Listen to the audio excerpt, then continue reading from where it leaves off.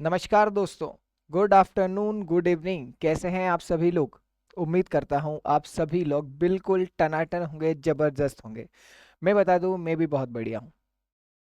आज आप लोगों को मैं रिवाइज करवाऊंगा हमारे S B I L L का चैप्टर नंबर 3, जिसका नाम है L L P limited liability partnership.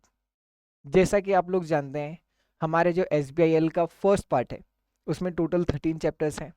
उसमें फर्स्ट चैप्टर में हमने कुछ फॉर्म्स ऑफ बिजनेस स्ट्रक्चर्स देखे थे, जैसे company, LLP, partnership firm, HUF.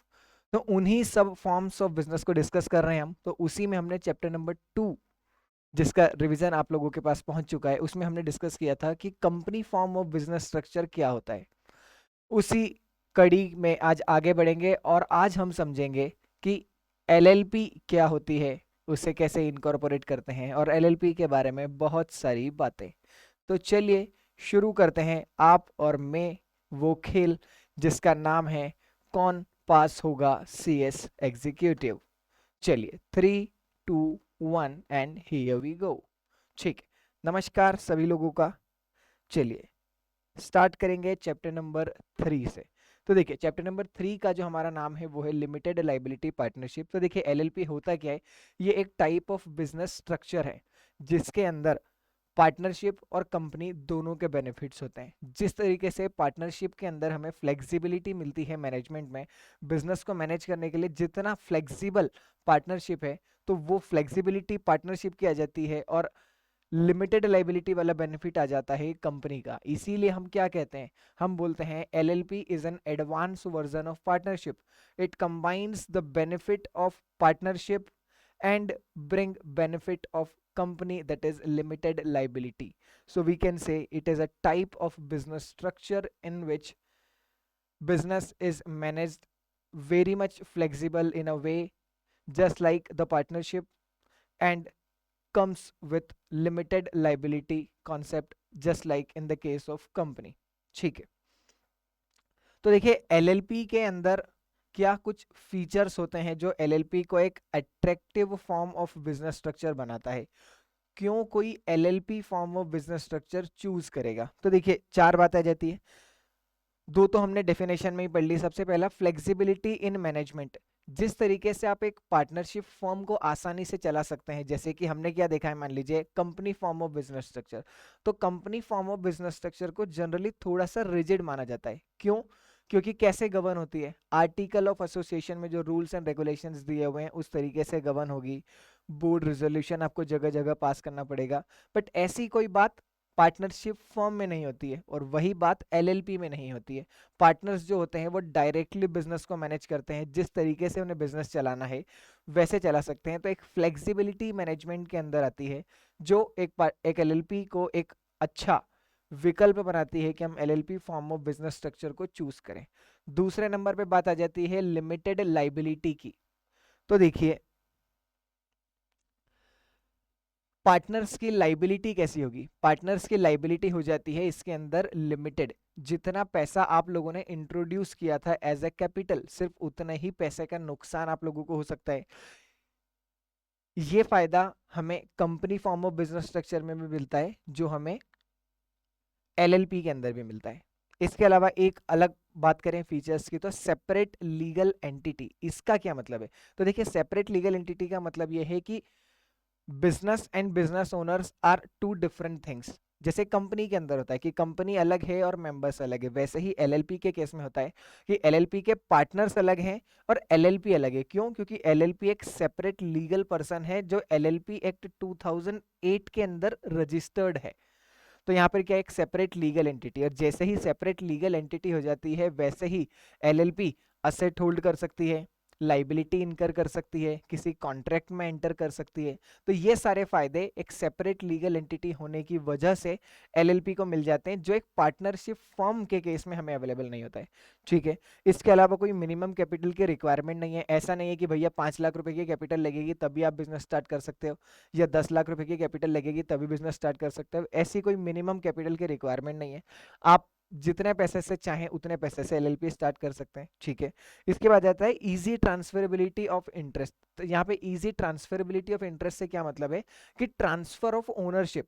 जैसे कि कंपनी में था, कंपनी में हमने क्या देखा था कि अगर किसी मेंबर को अपने शेयर्स बेचने हैं तो कितनी आसानी से बेच सकता है। मान लीजिए कोई पब्लिक कंपनी है तो वो अपने शेयर मार्केट में बेच सकता है।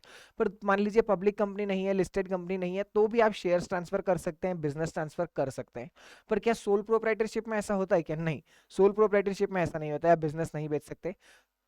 तो ऐसा फीचर आपको एलएलपी देती है, जैसा कंपनी में था। अगर मान लीजिए दो लोगों ने मिलकर एक एलएलपी स्टार्ट की थी, ए एंड बी ने, और अब वो चाहते कि हम हमारा बिजनेस, हम हमारा इंटरेस्ट जो है वो किसी और को बेच दे, तो वो कोई दो और लोग ढूंढ सकते हैं, मान लीजिए एक्स और वाई, और उन्हें बोल सकते हैं कि आप इस बिजनेस को टेक ओवर कर लीजिए, और फिर एक्स और वाई जो है वो दोनों पार्टनर बन जाएंगे इस फर्म के अंदर। तो आप क्या बिजनेस बेच सकते हैं? जी हाँ, बिजनेस बेच सकते हैं, आप आपका इंटरेस्ट ट्रांसफर कर सकते हैं। तो अभी तक हमने क्या देखा? अभी तक हमने देखा कि एलएलपी का मतलब क्या होता है, और दूसरा हमने देखा कि क्या कुछ की फीचर्स होते हैं एक एलएलपी के अंदर। तो ये तो हो गई बिल्कुल बेसिक सी बातें। अब देखिए कुछ तीन डेफिनेशन है, बॉडी कॉर्पोरेट की डेफिनेशन के ऊपर हम थोड़ी सी देर बाद आते हैं। उसके पहले हम एक डेफिनेशन पढ़ते हैं कि एलएलपी एग्रीमेंट क्या होता है। तो देखिए एलएलपी एग्रीमेंट एक रिटर्न एग्रीमेंट होता है जो पार्टनर्स ऑफ एलएलपी और एलएलपी के बीच में होता है। जैसे कि मान लीजिए हमने क्या देखा था, कंपनी कैसे गवर्न होती है? कंपनी गवर्न होती है मेमोरेंडम ऑफ एसोसिएशन से, आर्टिकल ऑफ एसोसिएशन से, जिसके अंदर कंपनी की डिटेल्स, इसके अलावा कंपनी के रूल्स एंड रेगुलेशंस लिखे होते हैं। पर एलएलपी में तो ऐसा कोई कॉन्सेप्ट होता नहीं है मेमोरेंडम का या आर्टिकल का। तो यहाँ पर क्या होता है, यहाँ पर एक एलएलपी एग्रीमेंट होता है जो पार्टनर्स बनाते हैं, जिसके थ्रू एलएलपी गवर्न होती है। तो एलएलपी एग्रीमेंट क्या होता है? एलएलपी एग्रीमेंट एक रिटर्न एग्रीमेंट है एलएलपी के पार्टनर्स और एलएलपी के बीच में, जिसके थ्रू पार्टनर्स के mutual rights and duties determine होती है, एलएलपी की क्या रिस्पॉन्सिबिलिटीज है वो डिटरमाइन होती है। ठीक है, याद रखिएगा एलएलपी एग्रीमेंट, क्योंकि एक अभी हमें फर्स्ट शेड्यूल पढ़ेंगे थोड़ी देर बाद, वहां पर एलएलपी एग्रीमेंट हमें यूज आएगा। ठीक है, इसके अलावा एक छोटा सा कॉन्सेप्ट और है, उसको देख लेते हैं, स्मॉल एलएलपी। अगर आप लोगों को याद हो, जब हमने कंपनी चैप्टर पढ़ा था तो वहां पर एक डिस्कशन किया था कि स्मॉल कंपनी होती है जिसका paid up share capital 4 crore या उससे कम हो, टर्नओवर 40 करोड़ या उससे कम हो। याद आ रहा है? ऐसे एक स्मॉल कंपनी की डेफिनेशन पढ़ी थी। उसी लाइन पे एक यहाँ पे एलएलपी एक्ट के अंदर स्मॉल एलएलपी का डिस्कशन है। तो स्मॉल एलएलपी मतलब क्या होती है? देखिए यहाँ भी दो क्राइटेरिया है, वहां दो क्राइटेरिया कौन कौन से थे? एक पेड अप शेयर कैपिटल का था, दूसरा टर्नओवर का था। देखिए LLP form of business structure में कैपिटल तो होती नहीं है, पेड अप शेयर कैपिटल जैसा तो कुछ होता नहीं है। यहां पर उस चीज को बोलते हैं कंट्रीब्यूशन। मतलब पार्टनर्स अपने बिजनेस को स्टार्ट करने के लिए कितना पैसा लेके आए हैं, उसे क्या नाम दिया है इन्होंने? इन्होंने दिया है कंट्रीब्यूशन। जैसी कैपिटल होती है वैसा ही है, बस इन्होंने नाम क्या दिया है? कंट्रीब्यूशन। और सेकंड तो फैक्टर सेम ही है, टर्नओवर। तो देखिए स्मॉल एलएलपी कब बोलेंगे? स्मॉल एलएलपी मतलब ऐसी एलएलपी जिसका कंट्रीब्यूशन कितना है? 25 लाख या उससे कम है। मतलब एक ऐसी एलएलपी जिसका कंट्रीब्यूशन बाय पार्टनर्स 25 लाख या उससे कम है, एंड साथ ही साथ बीच में एंड लिखा है। तो इस बात पर आप लोग ध्यान देंगे कि बीच में क्या लिखा है? एंड, मतलब दोनों कंडीशन का कंप्लायंस होना जरूरी है। तो कंट्रीब्यूशन 25 लाख या उससे कम और टर्नओवर 40 लाख या उससे कम। हमने वहां टर्नओवर कितना देखा था? हमने वहां टर्नओवर देखा था 40 करोड़ कंपनी के केस में, स्मॉल कंपनी में। तो यहाँ कितना है? यहाँ है 40 लाख। तो स्मॉल एलएलपी मतलब स्मॉल एलएलपी मींस एलएलपी इन विच और LLP having contribution not exceeding 25 lakh, मतलब 25 लाख या उससे कम कंट्रीब्यूशन होना चाहिए। एंड बीच में लिखा है एंड, मतलब दोनों कंडीशन का कंप्लायंस करना है। Turnover not exceeding ₹40 lakh, turnover 40 lakh या उससे कम होना चाहिए। अगर ये दोनों कंडीशन आप सेटिस्फाई करते हैं तो ऐसे केस में हम आपको क्या बोलेंगे कि आप एक स्मॉल एलएलपी हैं। ठीक, अब आगे बढ़ते हैं। देखिए जैसे एक कंपनी के अंदर मेंबर्स होते हैं, शेयर होल्डर्स होते हैं, उसी तरह से एक एलएलपी के अंदर पार्टनर्स होते हैं। नाम ही क्या है? Limited liability partnership. तो यहाँ पे क्या कॉन्सेप्ट होता है? यहाँ पे कॉन्सेप्ट होता है पार्टनर्स का। तो देखिए क्या बोला है लॉ ने? लॉ ने बोला है कि एक एलएलपी के अंदर कम से कम 2 पार्टनर्स होने चाहिए। और पार्टनरशिप का मतलब हम क्या समझते हैं? कि 2 या 2 से ज्यादा लोग मिलकर जब बिजनेस करते हैं तो बराबर बात है कि यार भाई कम से कम 2 लोग तो आपके पास होने ही चाहिए ना। 2 से कम लोग अगर आपके बिजनेस में है तो फिर क्या काम के, कैसे बोलेंगे हम कि पार्टनरशिप है। तो क्या बोला कि कम से कम 2 पार्टनर्स आप लोगों के पास होना चाहिए। पर सर मान लीजिए किसी कारण से एक ही पार्टनर बचा, तो सर हमने 2 पार्टनर्स के साथ स्टार्ट किया था और फिर अनफॉर्चुनेटली किसी एक पार्टनर की डेथ हो जाती है, तो सर ये तो हो सकता है। तो अब हम क्या करें, तो एलएलपी एक्ट में ऐसा लिखा हुआ है, उन्होंने बोला कि आपके पास 6 महीने का टाइम है भैया, हम 6 महीने आपको दे रहे हैं। 6 महीने के अंदर अंदर एक से वापस 2 हो जाओ। आप पहले 2 थे, उसमें से एक कम हुआ तो अब आप एक बचे। अब एक से वापस 2 हो जाओ, कितने समय में, 6 मंथ के अंदर अंदर हो जाओ। सर नहीं हो पाए तो क्या, नहीं हो पाए तो क्या होगा, जब वो 6 महीने का टाइम पीरियड खत्म होगा उसके बाद जो सिंगल पार्टनर बचा था ना आपका, 2 में से एक चला गया, एक ही बचा था, तो वो जो सिंगल पार्टनर है ना, वो अनलिमिटेड लाइबल हो जाएगा एलएलपी के डेट्स के लिए। वैसे तो क्या होता है, नाम क्या है, लिमिटेड लाइबिलिटी पार्टनरशिप, मतलब ओनर्स की, पार्टनर्स की लाइबिलिटी कैसी होती है, लिमिटेड। पर हमने क्या बोला भैया कि पार्टनरशिप मतलब कम से कम 2। पर आप तो मान ही नहीं रहे हो हमारी बात, आप 2 से 1 हुए, हमने आपको टाइम दिया कि 6 महीने के अंदर अंदर कंप्लाई कर लो, पर आप कर ही नहीं रहे हो। तो क्या फिर जो एक पार्टनर बचा है ना, सोल पार्टनर, वो पर्सनली रिस्पॉन्सिबल हो जाएगा एलएलपी के डेट्स के लिए, जो भी डेट्स आप इनकर करेंगे 6 महीने के बाद। मान लीजिए 1 जनवरी थी, 1 जनवरी के दिन 2 पार्टनर्स थे, इसमें से एक पार्टनर की डेथ हो गई, अब बच्चा एक पार्टनर। 6 महीने का टाइम दिया, 6 महीने कब खत्म होंगे, 30 जून के दिन। 30 जून तक का टाइम पीरियड है आपको कि आप 2 हो जाओ, एक से 2 हो जाओ। आप नहीं हुए तो क्या, 1 जुलाई से जितना भी डेट एलएलपी इनकर करेगी ना, उसके लिए जो एक पार्टनर बचा है, ये एक पार्टनर अनलिमिटेड लाइबल माना जाएगा। ठीक है, नाम से अलग, वैसे तो लिमिटेड लाइबिलिटी होती है पार्टनरशिप के एलएलपी के अंदर, बट हम यहां कैसी कर देंगे लाइबिलिटी, अनलिमिटेड। ठीक है, तो हम बात कर रहे हैं एलएलपी के अंदर पार्टनर्स की। हमने बोला सर एलएलपी के अंदर कम से कम 2 पार्टनर होने चाहिए, और 2 की जगह कभी एक हो गया तो 6 महीने का टाइम है आपके पास कि 2, एक से वापस 2 हो जाओ। इसके अलावा बात करें कि सर एलएलपी बना कौन सकता है, पार्टनर बन कौन सकते हैं, मतलब आपने बोला कि 2 पार्टनर होने चाहिए, तो पार्टनर मतलब क्या, तो देखो पार्टनर का मतलब है एक तो इंडिविजुअल और दूसरा बॉडी कॉर्पोरेट। तो इंडिविजुअल तो समझते हैं, आप और मैं जिंदा लोग, जैसे आप है और मैं हूं इंडिविजुअल पर्सन्स, तो हम लोग क्या कर सकते हैं, एलएलपी बना सकते हैं क्या, हाँ हम पार्टनर बन सकते हैं और एलएलपी बना सकते हैं। इसमें कोई कंफ्यूजन, इंडिविजुअल में तो कोई कंफ्यूजन नहीं है सर। ये जो बॉडी कॉर्पोरेट आपने लिखा है, इसका मतलब क्या है, तो देखो बॉडी कॉर्पोरेट का मतलब, मैंने आपको एक डेफिनेशन छुड़वाई थी अभी ऊपर कि बॉडी कॉर्पोरेट की डेफिनेशन देखते हैं, तब उस बॉडी कॉर्पोरेट की डेफिनेशन की तरफ चलते हैं। तो देखो बॉडी कॉर्पोरेट में 4 चीज आती है, 4 चीजें इंक्लूड करते हैं और 3 चीजें एक्सक्लूड कर देते हैं। ऐसे आपको याद रखनी है कि बॉडी कॉर्पोरेट में टोटल 7 चीजें होती है। ठीक है, तो बॉडी कॉर्पोरेट मतलब क्या, बॉडी कॉर्पोरेट मतलब company incorporated under companies act 2013। Clear है सर, कोई दिक्कत नहीं। बॉडी कॉर्पोरेट में क्या करा हमने, कंपनीज को ले लिया। ठीक है, दूसरा बोला LLP registered under LLP act 2008, मतलब बॉडी कॉर्पोरेट की डेफिनेशन के अंदर कंपनीज ले लो, एलएलपी ले लो। ठीक है, ले लिया। तीसरा आ गया एलएलपी इनकॉर्पोरेटेड आउटसाइड इंडिया। इसका क्या मतलब है sir, LLP incorporated outside India, clear है कि जो एलएलपी इंडिया के बाहर बनी है इनकॉर्पोरेटेड आउटसाइड इंडिया, उनको भी आपको बॉडी कॉर्पोरेट की डेफिनेशन में लिखना है, कोई दिक्कत नहीं है। और चौथा है कंपनी इनकॉर्पोरेटेड आउटसाइड इंडिया, जो कंपनी इंडिया के बाहर बनी है उनको भी लेना है। तो बॉडी कॉर्पोरेट की डेफिनेशन में बिल्कुल सिंपल है, एक तो आती है कंपनी, दूसरी आती है एलएलपी। कंपनी जो इंडिया में बनी है वो, और कंपनी जो इंडिया के बाहर बनी है वो। एलएलपी के अंदर भी एलएलपी ऐसी वाली जो इंडिया के अंदर बनी है वो, और दूसरा आ जाता है एलएलपी जो इंडिया के बाहर बनी है। बराबर 4 चीजें आती है। ठीक है, तो बॉडी कॉर्पोरेट की डेफिनेशन में क्या क्या आता है हम लोगों ने देख लिया। बॉडी कॉर्पोरेट की डेफिनेशन में क्या इंक्लूड नहीं करना है, कोऑपरेटिव सोसाइटी को बॉडी कॉर्पोरेट में इंक्लूड मत करना, दूसरा कॉर्पोरेशन सोल को इंक्लूड मत करना, या तीसरा कोई भी अदर बॉडी कॉर्पोरेट जिसको सेंट्रल गवर्नमेंट बोल दे कि ये बॉडी कॉर्पोरेट नहीं है, तो फिर आप उसको बॉडी कॉर्पोरेट कंसीडर मत करना।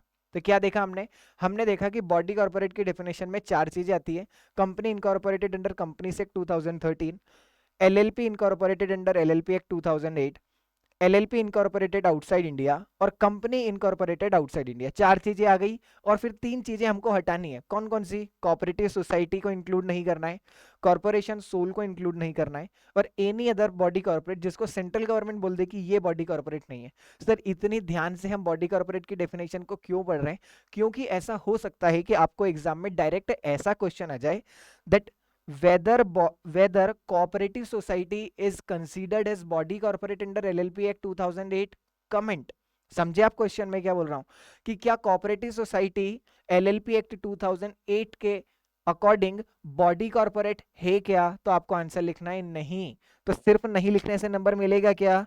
नहीं, सिर्फ नो लिखने से नंबर नहीं मिलेगा, आपको ये पूरी डेफिनेशन लिख के आनी पड़ेगी। तो हमने समझ लिया बॉडी कॉर्पोरेट की डेफिनेशन क्या होती है, ठीक है। पर ये समझा क्यों हमने, इसकी जरूरत क्यों पड़ी? जरूरत इसलिए पड़ी, हम बात कर रहे थे एक एलएलपी के अंदर पार्टनर्स की। तो हमने बोला कि पार्टनर दो होने चाहिए, और वो पार्टनर कौन हो सकते हैं? इंडिविजुअल हो सकता है और बॉडी कॉर्पोरेट हो सकता है। तो बॉडी कॉर्पोरेट मतलब क्या? कंपनी और एलएलपी इंडिया में बनी हो या इंडिया के बाहर बनी हो। तो इसका मतलब क्या है? इसका मतलब ये है कि दो कंपनी मिलके भी एक बॉडी कॉर्पोरेट बना सकती है। समझ रहे हैं आप? अभी आपने बोला कि company incorporated under companies act 2013 और LLP incorporated under LLP act 2008, ये दोनों बॉडी कॉर्पोरेट की डेफिनेशन के अंदर आती है। मान लीजिए एक कंपनी है जिसका नाम है एबीसी प्राइवेट लिमिटेड, और एक एलएलपी है जिसका नाम है XYZ एलएलपी। तो अब आपको पता है ये दोनों मिलके भी, एबीसी और XYZ जो कंपनी और एलएलपी है ना, ये दोनों मिलके एक नई एलएलपी बना सकते हैं। क्यों? क्योंकि body corporates can become a partner, और ये दोनों मिलके एक एलएलपी बना सकते हैं, ठीक है। ये तो बात हो गई कि एलएलपी के अंदर पार्टनर कौन बन सकता है, पार्टनर कौन नहीं बन सकता है। तो ये तो बिल्कुल बेसिक डिस्कशन है कि जो person declared of unsound mind है, जो पागल है, उसे आप पार्टनर नहीं बना सकते। और यहाँ पे वर्ड पे ध्यान दीजिए, डिक्लेयर्ड, इसका मतलब है कोर्ट डिक्लेयर करेगा। आप किसी को बोल दे कि भाई तू तो पागल है, तू नहीं बनेगा एलएलपी का पार्टनर, तो आपके बोलने से काम नहीं चलेगा। कौन बोलना जरूरी है? कोर्ट बोलेगी, कोर्ट डिक्लेयर करेगी कि हाँ भाई ये पागल है, उसके बाद आप उसे एलएलपी के अंदर पार्टनर नहीं बना सकते। इसके अलावा अनडिस्चार्ज्ड इंसॉल्वेंट, अगर आप बैंकरप्ट हैं तो आप पार्टनर नहीं बन सकते, या फिर आपकी एप्लीकेशन जो है वो पेंडिंग है, आप बैंकरप्ट बनने की कगार पे हैं, आपने एप्लीकेशन सबमिट कर रखी है कि भैया मुझे बैंकरप्ट घोषित कर दीजिए, तो ऐसे में फिर आप एक एलएलपी के अंदर पार्टनर नहीं बन सकते, ठीक है। तो अभी तक हमने इस चैप्टर में क्या क्या डिस्कस किया? हमने एक तो डिस्कस किया एलएलपी का मीनिंग क्या होता है, दूसरा हमने कुछ इसके फीचर्स देखे हैं 4, इसके अलावा हमने कुछ डेफिनेशंस देखी, इसके अलावा हमने देखा कि पार्टनर्स के क्या प्रोविजन है एलएलपी के अंदर, ठीक है। नेक्स्ट डिस्कशन है डेजिग्नेटेड पार्टनर्स का। सर डेजिग्नेटेड पार्टनर्स क्या होते हैं? देखिए, जैसे एक कंपनी के अंदर डायरेक्टर्स होते हैं, वैसे ही एलएलपी के अंदर डेजिग्नेटेड पार्टनर्स होते हैं। डायरेक्टर्स क्या करते हैं? कंपनी के day to day operations manage करते हैं, कंपनी से 2013 का कंप्लायंस हो रहा है या नहीं हो रहा है उसको इंश्योर करते हैं। वैसे ही डेजिग्नेटेड पार्टनर्स क्या करते हैं? डेजिग्नेटेड पार्टनर्स भी एलएलपी के डे टू डे ऑपरेशंस को मैनेज करते हैं, और एलएलपी एक्ट 2008 का कंप्लायंस हो रहा है या नहीं हो रहा है उसको मैनेज करते हैं, ठीक है। तो क्या बोला, जैसे हमने देखा था ना कि हर एक कंपनी के अंदर डायरेक्टर्स की रिक्वायरमेंट होती है। जैसे पब्लिक कंपनी के अंदर 3 डायरेक्टर होने चाहिए, प्राइवेट के अंदर 2 होने चाहिए, ओपीसी के अंदर 1 होना चाहिए। वैसे ही क्या बोला, हर एलएलपी के अंदर कम से कम 2 डेजिग्नेटेड पार्टनर्स होने चाहिए। हर एलएलपी के अंदर कम से कम 2 डेजिग्नेटेड पार्टनर्स होने चाहिए, और उन 2 डेजिग्नेटेड पार्टनर में से एक पार्टनर रेसिडेंट होना चाहिए। वापस से बोलता हूं, हर एलएलपी के अंदर डेजिग्नेटेड पार्टनर्स होने चाहिए कम से कम 2, उन 2 डेजिग्नेटेड पार्टनर में से एक डेजिग्नेटेड पार्टनर रेसिडेंट होना चाहिए, ठीक है। अगर मान लीजिए सारे पार्टनर्स बॉडी कॉर्पोरेट हैं, अभी हमने क्या पढ़ा था, पार्टनर कौन बन सकता है? बॉडी कॉर्पोरेट भी। और अभी हमने एक एग्जांपल देखा था एबीसी और XYZ वाला, ये कंपनी है और ये एलएलपी है, इन दोनों ने मिलके मान लो एक एलएलपी बना सकते हैं क्या? हाँ बना सकते हैं, क्योंकि बॉडी कॉर्पोरेट की डेफिनेशन के अंदर आते हैं। अब मान लीजिए बॉडी कॉर्पोरेट्स ने मिलकर एक एलएलपी बना ली जिसके अंदर कोई भी इंडिविजुअल नहीं है, तो क्या बोला है ऐसे में बोला है कि भैया किसी 2 इंडिविजुअल्स को आप डेजिग्नेटेड पार्टनर बना देना, किसी 2 इंडिविजुअल्स को डेजिग्नेटेड पार्टनर आप बना देना। तो अगर दो डेजिग्नेटेड, अगर कोई बॉडी कॉर्पोरेट्स मिलके ही एक एलएलपी बना रहे हैं, तो ऐसे में क्या बोला हमने कि भैया कम से कम दो इंडिविजुअल्स को आप डेजिग्नेटेड पार्टनर बनाना। पर सर हमारी एलएलपी के अंदर तो इंडिविजुअल्स है ही नहीं ना, सिर्फ बॉडी कॉर्पोरेट्स है, तो हम इंडिविजुअल्स कहाँ से लाएं? अरे भैया, जो आपने बॉडी कॉर्पोरेट्स बना रहे ना, जो बॉडी कॉर्पोरेट्स मिलकर एलएलपी बना रहे ना, वो दो लोगों को नॉमिनेट करेगी, दो लोगों को नॉमिनेट करेगी कि ये दो लोग as the designated partner act करेंगे। ठीक है, तो अगर मान लीजिए आपकी एलएलपी के अंदर सिर्फ बॉडी कॉर्पोरेट्स हैं, तो वो बॉडी कॉर्पोरेट्स नॉमिनेट करेगी किन्हीं दो लोगों को जो डेजिग्नेटेड पार्टनर बनेंगे। ठीक है, अगर मान लीजिए आपने डेजिग्नेटेड पार्टनर के बारे में नहीं बताया, तो हम क्या बोलेंगे, जितने भी पार्टनर्स हैं उन सभी पार्टनर्स को, ऑल पार्टनर्स को मान लेंगे कि ये सभी लोग क्या है, ये सभी लोग डेजिग्नेटेड पार्टनर्स हैं। ठीक है, फिर एक छोटा सा डिस्कशन है बेसिक सा कंट्रीब्यूशन इन एलएलपी का। अरे भैया, बिजनेस स्टार्ट करना चाह रहे हो, बिजनेस चलाना चाह रहे हो, तो हर पार्टनर को कुछ ना कुछ तो लेके आना पड़ेगा ना। अरे बिजनेस चलेगा कैसे? तुमने बोला कि चलो भाई धंधा स्टार्ट करते हैं, बिजनेस स्टार्ट करते हैं, तो कुछ पैसे भी तो घर से लेके आने पड़ेंगे ना। अरे एक कंपनी खोल रहे हो तो शेयर कैपिटल के रूप में पैसा दे रहे हो, सोल प्रोप्राइटरशिप कर रहे हो तो कैपिटल ला रहे हो। वैसे ही क्या बोला कि एलएलपी खोल रहे हो तो एलएलपी में कंट्रीब्यूट करना पड़ेगा, हर पार्टनर कुछ ना कुछ लेके आएगा। अब वो हो सकता है मनी हो सकता है प्रॉपर्टी हो, या हो सकता है कोई सर्विस हो। कोई पार्टनर कुछ भी ला सकता है, हो सकता है किसी के पास पैसा हो, कोई बोले कि यार मेरी जगह यूज कर लो, मेरे पास वो घर खाली पड़ा है, उसको अपन ऐसा ऑफिस यूज कर लेते तो कर सकते हैं। कोई बोल रहा है सर्विस, यार देखो मेरे तुम्हारे पास, तुम दोनों के पास टाइम नहीं है, तुम पैसा और प्रॉपर्टी दे रहे हो, मेरे पास टाइम है तो मैं अपना टाइम डिवोट करूंगा, तो हो सकता है वो कोई सर्विसेज ऑफर करे। तो कॉन्ट्रीब्यूशन किसी भी फॉर्म में हो सकता है, पर आपको देना पड़ेगा। ठीक, टेंजिबल इंटेंजिबल कैसा भी हो सकता है। अब देखो, आपने एलएलपी एग्रीमेंट के अंदर एक बार बोल दिया कि मैं 50,000 रुपए लेके आऊंगा। देखो क्या हुआ, एक एलएलपी थी जिसके अंदर चार पार्टनर थे, ए बी सी और डी। चारों ने बोला 25,000, 25,000, 25,000 और 25,000 रुपए कंट्रीब्यूट करेंगे अपन चारों लोग। आपने एलएलपी एग्रीमेंट के अंदर लिख दिया। लिखने में क्या जाता है, दिए तो थे नहीं, पर एलएलपी एग्रीमेंट के अंदर लिख दिया और एलएलपी एग्रीमेंट आपने फाइल कर दिया आरओसी के अंदर।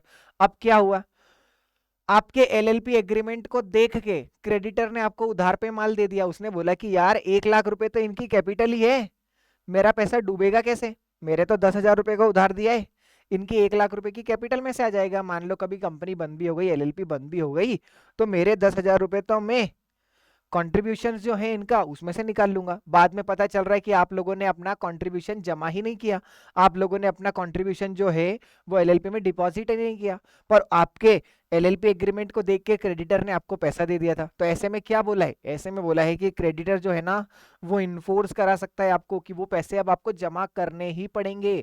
अगर आप कोर्ट जाएंगे ना, तो कोर्ट आपको यही बोलेगा कि करो भैया पैसे जमा करो, जो आपने बात बोली थी उसको कंप्लायंस तो करना पड़ेगा ताकि क्रेडिटर का पेमेंट हो पाए। तो क्या हो बोले, हर एलएलपी के अंदर कंट्रीब्यूशन होता है, पार्टनर्स कुछ कंट्रीब्यूट करते हैं, एक बार जितना आपने बोल दिया उतना कंट्रीब्यूट करना आप लोगों की ऑब्लिगेशन है। ऑब्लिगेशन का मतलब मैंडेटरी रिक्वायरमेंट है, उतना आपको कंट्रीब्यूट करना ही होगा। अगर आपको याद आ रहा हो तो ऐसा ही हमने कंपनी के केस में भी पढ़ा था कि विद इन 180 डेज, 6 महीने के अंदर अंदर आपको जो जो सब्सक्राइबर्स हैं उन्हें अपनी सब्सक्रिप्शन मनी पे करनी होती है। तो ये उसी तरह का सिमिलर क्लॉज एलएलपी के अंदर है। ठीक है सर,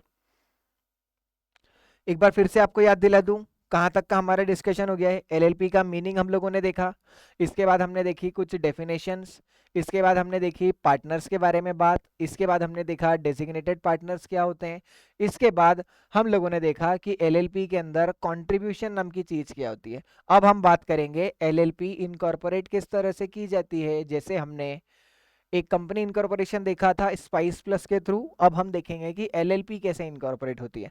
तो जैसे स्पाइस करके एक फॉर्म था कंपनी को इनकॉर्पोरेट करने के लिए, वैसे ही एक फॉर्म है FILLIP, formation and incorporation of limited liability partnership, या यूं बोले form for incorporation of limited liability partnership. तो एलएलपी को रजिस्टर करने के लिए कौन सा फॉर्म है, फॉर्म FILLIP, जिसको बोलते हैं इनकॉर्पोरेशन डॉक्यूमेंट। तो अगर आपको आपकी एलएलपी इनकॉर्पोरेट करनी है तो आप इनकॉर्पोरेशन डॉक्यूमेंट को फाइल करिए रजिस्ट्रार के साथ अपने रजिस्टर्ड ऑफिस जहां पे आपका सिचुएटेड है उस स्टेट की आरओसी के पास। मान लीजिए मेरा ऑफिस है इंदौर में सिचुएटेड, अब मैं अपनी एक एलएलपी बनाना चाह रहा हूं, तो मैं FILLIP का जो फॉर्म है वो कहाँ सबमिट करूंगा? मध्य प्रदेश की जहां पे आरओसी होगी। मध्य प्रदेश की आरओसी कौन सी है? आरओसी ग्वालियर। तो मैं अपना फॉर्म कहाँ सबमिट करूंगा? आरओसी ग्वालियर में। सर ग्वालियर जाके सबमिट करना पड़ेगा क्या? नहीं, ये तो सिर्फ ऐसे ही लिख दिया है उन्होंने। आजकल तो फॉर्म कैसे फाइल होते हैं? ऑनलाइन। तो आपको बस वहां पे सिलेक्ट करना है कि कौन सी आरओसी आपके लिए एप्लीकेबल है, आपकी स्टेट की कौन सी आरओसी है। ठीक है, फॉर्म कौन सा भरना है? फॉर्म भरना है FILLIP। देखिए आपको याद हो, अगर कंपनी इनकॉर्पोरेशन में दो फॉर्म थे स्पाइस के, पार्ट ए और पार्ट बी। पार्ट ए जो होता था वो नेम रिजर्वेशन के लिए होता था, और पार्ट बी किस लिए होता था कि जब आपका नेम एक बार अप्रूव हो जाए तो फिर आप बचे हुए फॉर्म्स, डॉक्यूमेंट्स, अटैचमेंट्स अपलोड कर दीजिए तो आपकी कंपनी इनकॉर्पोरेट हो जाएगी।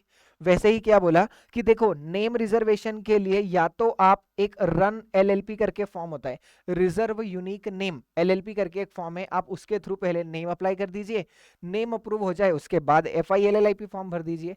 या फिर एक ऑप्शन आपको और क्या दिया कि आप FILLIP फॉर्म भरिए, उसी में आप नेम एप्लीकेशन भी कर दीजिए और दूसरा काम भी, आपकी इनकॉर्पोरेशन की एप्लीकेशन भी उसी में हो जाएगी। मतलब क्या कि आप एक ही फॉर्म भर दीजिए, नेम रिजर्वेशन भी उसी में और इनकॉर्पोरेशन भी उसी में, या चाहे तो रन फॉर्म पहले भर दीजिए, नेम ले लीजिए और उसके बाद फिर FILLIP भर दीजिए, कोई दिक्कत नहीं है। ठीक है सर, FILLIP फॉर्म की आप इतनी देर से बात कर रहे हो, इस फॉर्म के अंदर क्या क्या डिटेल्स जाती है? तो बेसिक सा फॉर्म में देखो कि कंपनी का नाम क्या है, या तो अप्रूव्ड होगा या प्रपोज्ड होगा। प्रपोज्ड कब होगा? जब आप FILLIP के थ्रू ही नेम अप्लाई कर रहे हैं, और अप्रूव्ड कब होगा? जब आपने रन फॉर्म फाइल कर दिया होगा, तो ऐसे में क्या अप्रूव्ड होगा। ठीक है, बिजनेस किस चीज का करना चाह रहे हो भैया, ये आप लिखोगे FILLIP के अंदर। इसके अलावा लिखोगे एड्रेस, कि हमारे रजिस्टर्ड ऑफिस का एड्रेस क्या होगा। जितने भी पार्टनर्स हैं उन सभी पार्टनर के नेम एंड एड्रेस बता दो। तो बिल्कुल बेसिक डिटेल्स है, देखो कि क्या आपका LLP का नाम क्या होगा, बिजनेस क्या करेगी LLP, एड्रेस क्या होगा, जिन लोगों को पार्टनर्स बना रहे हो उन पार्टनर्स के नेम और एड्रेस क्या है ये बता दो। ठीक है, एक ये वाला थोड़ा सा इंपॉर्टेंट डिस्कशन है, या ये वाला थोड़ा सा इंपॉर्टेंट पॉइंट है, इस पे ध्यान दीजिए। जब FILLIP फॉर्म आप भरेंगे तो उसमें क्या क्या अटैचमेंट्स इंक्लूड करेंगे या क्या क्या डॉक्यूमेंट्स आप इंक्लूड करेंगे, वो एक बार बता दीजिए। दिस इज द क्वेश्चन जो एग्जाम में आ सकता है, जिसके थोड़े से चांसेस ज्यादा हैं, तो इसको थोड़ा सा ध्यान से सुनिए। जो भी पार्टनर्स आप लोग बना रहे हैं, जिन जिन को भी पार्टनर्स बना रहे हैं, उनकी प्रूफ ऑफ आइडेंटिटी और प्रूफ ऑफ एड्रेस सबमिट कर दीजिए। ठीक है, जिन लोगों को पार्टनर बना रहे हैं उनके पासपोर्ट साइज फोटो अपलोड कर दीजिए। ठीक है, proof of address of registered office of LLP, भैया LLP जिस जगह पे इनकॉर्पोरेट कर रहे हो वहां का प्रूफ ऑफ एड्रेस दे दो। अगर आपकी खुद की है तो आप ऐसे में रजिस्ट्री दे देंगे, अगर आपकी नहीं है तो आप ऐसे केस में रेंट एग्रीमेंट दे देंगे, तो वो दे दीजिए। इसके अलावा आप हमें ये बता दीजिए कि जिन लोगों को आप पार्टनर बनाना चाह रहे हैं, क्या वो ऑलरेडी किसी और LLP के अंदर या कंपनी के अंदर पार्टनर या डायरेक्टर हैं क्या? नहीं समझा, वापस से बताता हूं। जिन लोगों को आप पार्टनर या फिर डेजिग्नेटेड पार्टनर बना रहे हैं अपनी LLP के अंदर, क्या वो ऑलरेडी किसी कंपनी या LLP के अंदर डायरेक्टर या पार्टनर है? अगर हाँ तो उन्हें बता दीजिए। जैसे कि मान लीजिए मैं छोटू को पार्टनर बनाना चाह रहा हूं अपनी LLP के अंदर, तो भैया क्या छोटू किसी कंपनी या LLP के अंदर ऑलरेडी डायरेक्टर या पार्टनर है क्या?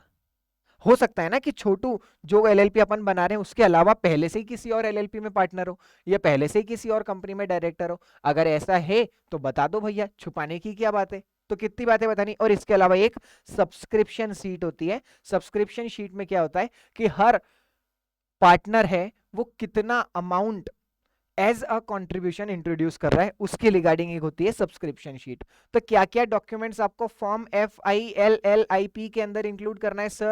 सर पहले तो हमको बताना है जिन जिन लोगों को हम पार्टनर बनाना चाह रहे हैं उन लोगों के प्रूफ ऑफ आइडेंटिटी और प्रूफ ऑफ एड्रेस देना है। ठीक है सर, फिर उन लोगों का पासपोर्ट साइज फोटो देना है। ठीक है सर, फिर उसके अलावा हमने बोला कि जो आपका रजिस्टर्ड ऑफिस है LLP का, उस जगह का कोई प्रूफ तो दे दो, तो प्रूफ ऑफ एड्रेस दे दो उस जगह का। ठीक है, इसके अलावा हमने बोला कि एक सब्सक्रिप्शन शीट दे दो जिसके अंदर आप डिटेल्स लिख दोगे कि कौन पार्टनर कितने कैपिटल इंट्रोड्यूस कर रहा है, कितने कैपिटल कंट्रीब्यूट कर रहा है। ठीक है, इसके अलावा आप हमें एक डिटेल और दे दो कि क्या जो पार्टनर या डेजिग्नेटेड पार्टनर है आपकी एलएलपी के अंदर, वो ऑलरेडी किसी कंपनी या एलएलपी में पार्टनर या डायरेक्टर है क्या? अगर हाँ है तो हमें बता दो, कोई दिक्कत नहीं है, ठीक है। फिर आप फॉर्म FILLIP को सबमिट कर दीजिए। सारी चीजें सही करने के बाद रजिस्ट्रार को ऐसा लगता है कि ना ना ना ना ना, आपने कोई गलती कर दी है, कुछ गलत डाल दिया, या फिर इनकम्प्लीट है, आपको बोला था कि प्रूफ ऑफ एड्रेस देना है, आपने प्रूफ ऑफ एड्रेस नहीं दिया, ऐसे कैसे काम चलेगा? या डिफेक्टिव है। डिफेक्टिव का मतलब क्या हो सकता है? मान लीजिए आप लोगों ने जो अटैचमेंट्स इंक्लूड किए वो अटैचमेंट्स ब्लर थे, हो सकता है किसी और का किसी और में इंक्लूड कर दिया हो, कुछ गलत डॉक्यूमेंट अपलोड कर दिया हो, तो ऐसे में जो रजिस्ट्रार है वो क्या बोलेगा? वो आपको 15 दिन का समय देगा कि भैया फॉर्म रीसबमिट कर दो, जो गलती करी है, गलती हो जाती है हर किसी से, हम क्या बोल रहे हैं कि चलो वापस से भर दो, आप 15 दिन के अंदर अंदर रीसबमिट कर दो।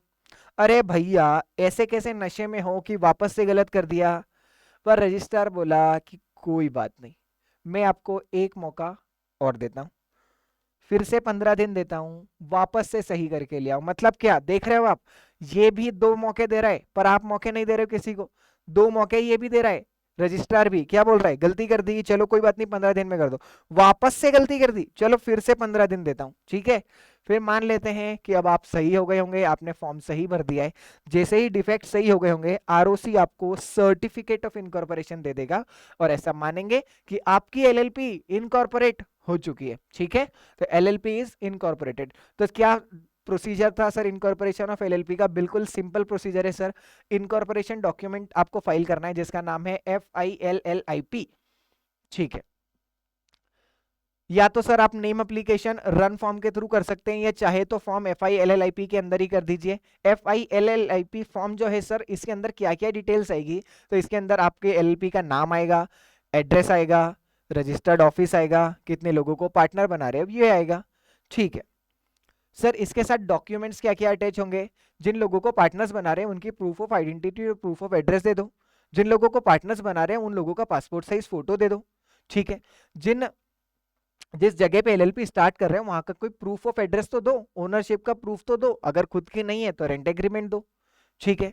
इसके अलावा एक सब्सक्रिप्शन शीट दे दो जिसमें लिख दो कि कौन का पार्टनर कितना कंट्रीब्यूट कर रहा है, ठीक है। इसके अलावा क्या देना है? इसके अलावा सर आपको एक चीज सबमिट करनी है जिसका नाम है डिटेल्स। डिटेल्स में क्या देनी है कि क्या आपका पार्टनर या डेसिग्नेटेड पार्टनर किसी दूसरी कंपनी या एलएलपी में ऑलरेडी पार्टनर या डायरेक्टर है? अगर हाँ तो हमें बता दो, छुपाओ मत, ठीक है।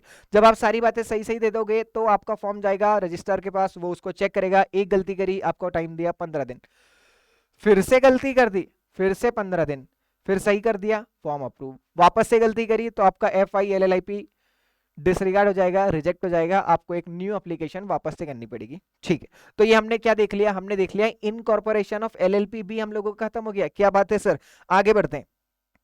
देखो, हर एलएलपी का एक रजिस्टर्ड ऑफिस होना चाहिए, ठीक है। हर एलएलपी का एक रजिस्टर्ड ऑफिस होना चाहिए। अगर आप उसमें कोई चेंज कर रहे हो तो उस चेंज के बारे में प्लीज हम लोगों को बता देना। ऐसा कौन बोल रहा है? रजिस्ट्रार बोल रहा है। क्या बोल रहा है? कि हर एलएलपी का एक रजिस्टर्ड ऑफिस होना चाहिए, ताकि हमें कोई एलएलपी से बात करनी हो तो हम वहां आके कर तो सके, कोई नोटिस भेजना हो तो भेज तो सके। तो इसलिए क्या बोला कि हर एलएलपी का एक रजिस्टर्ड ऑफिस होना चाहिए।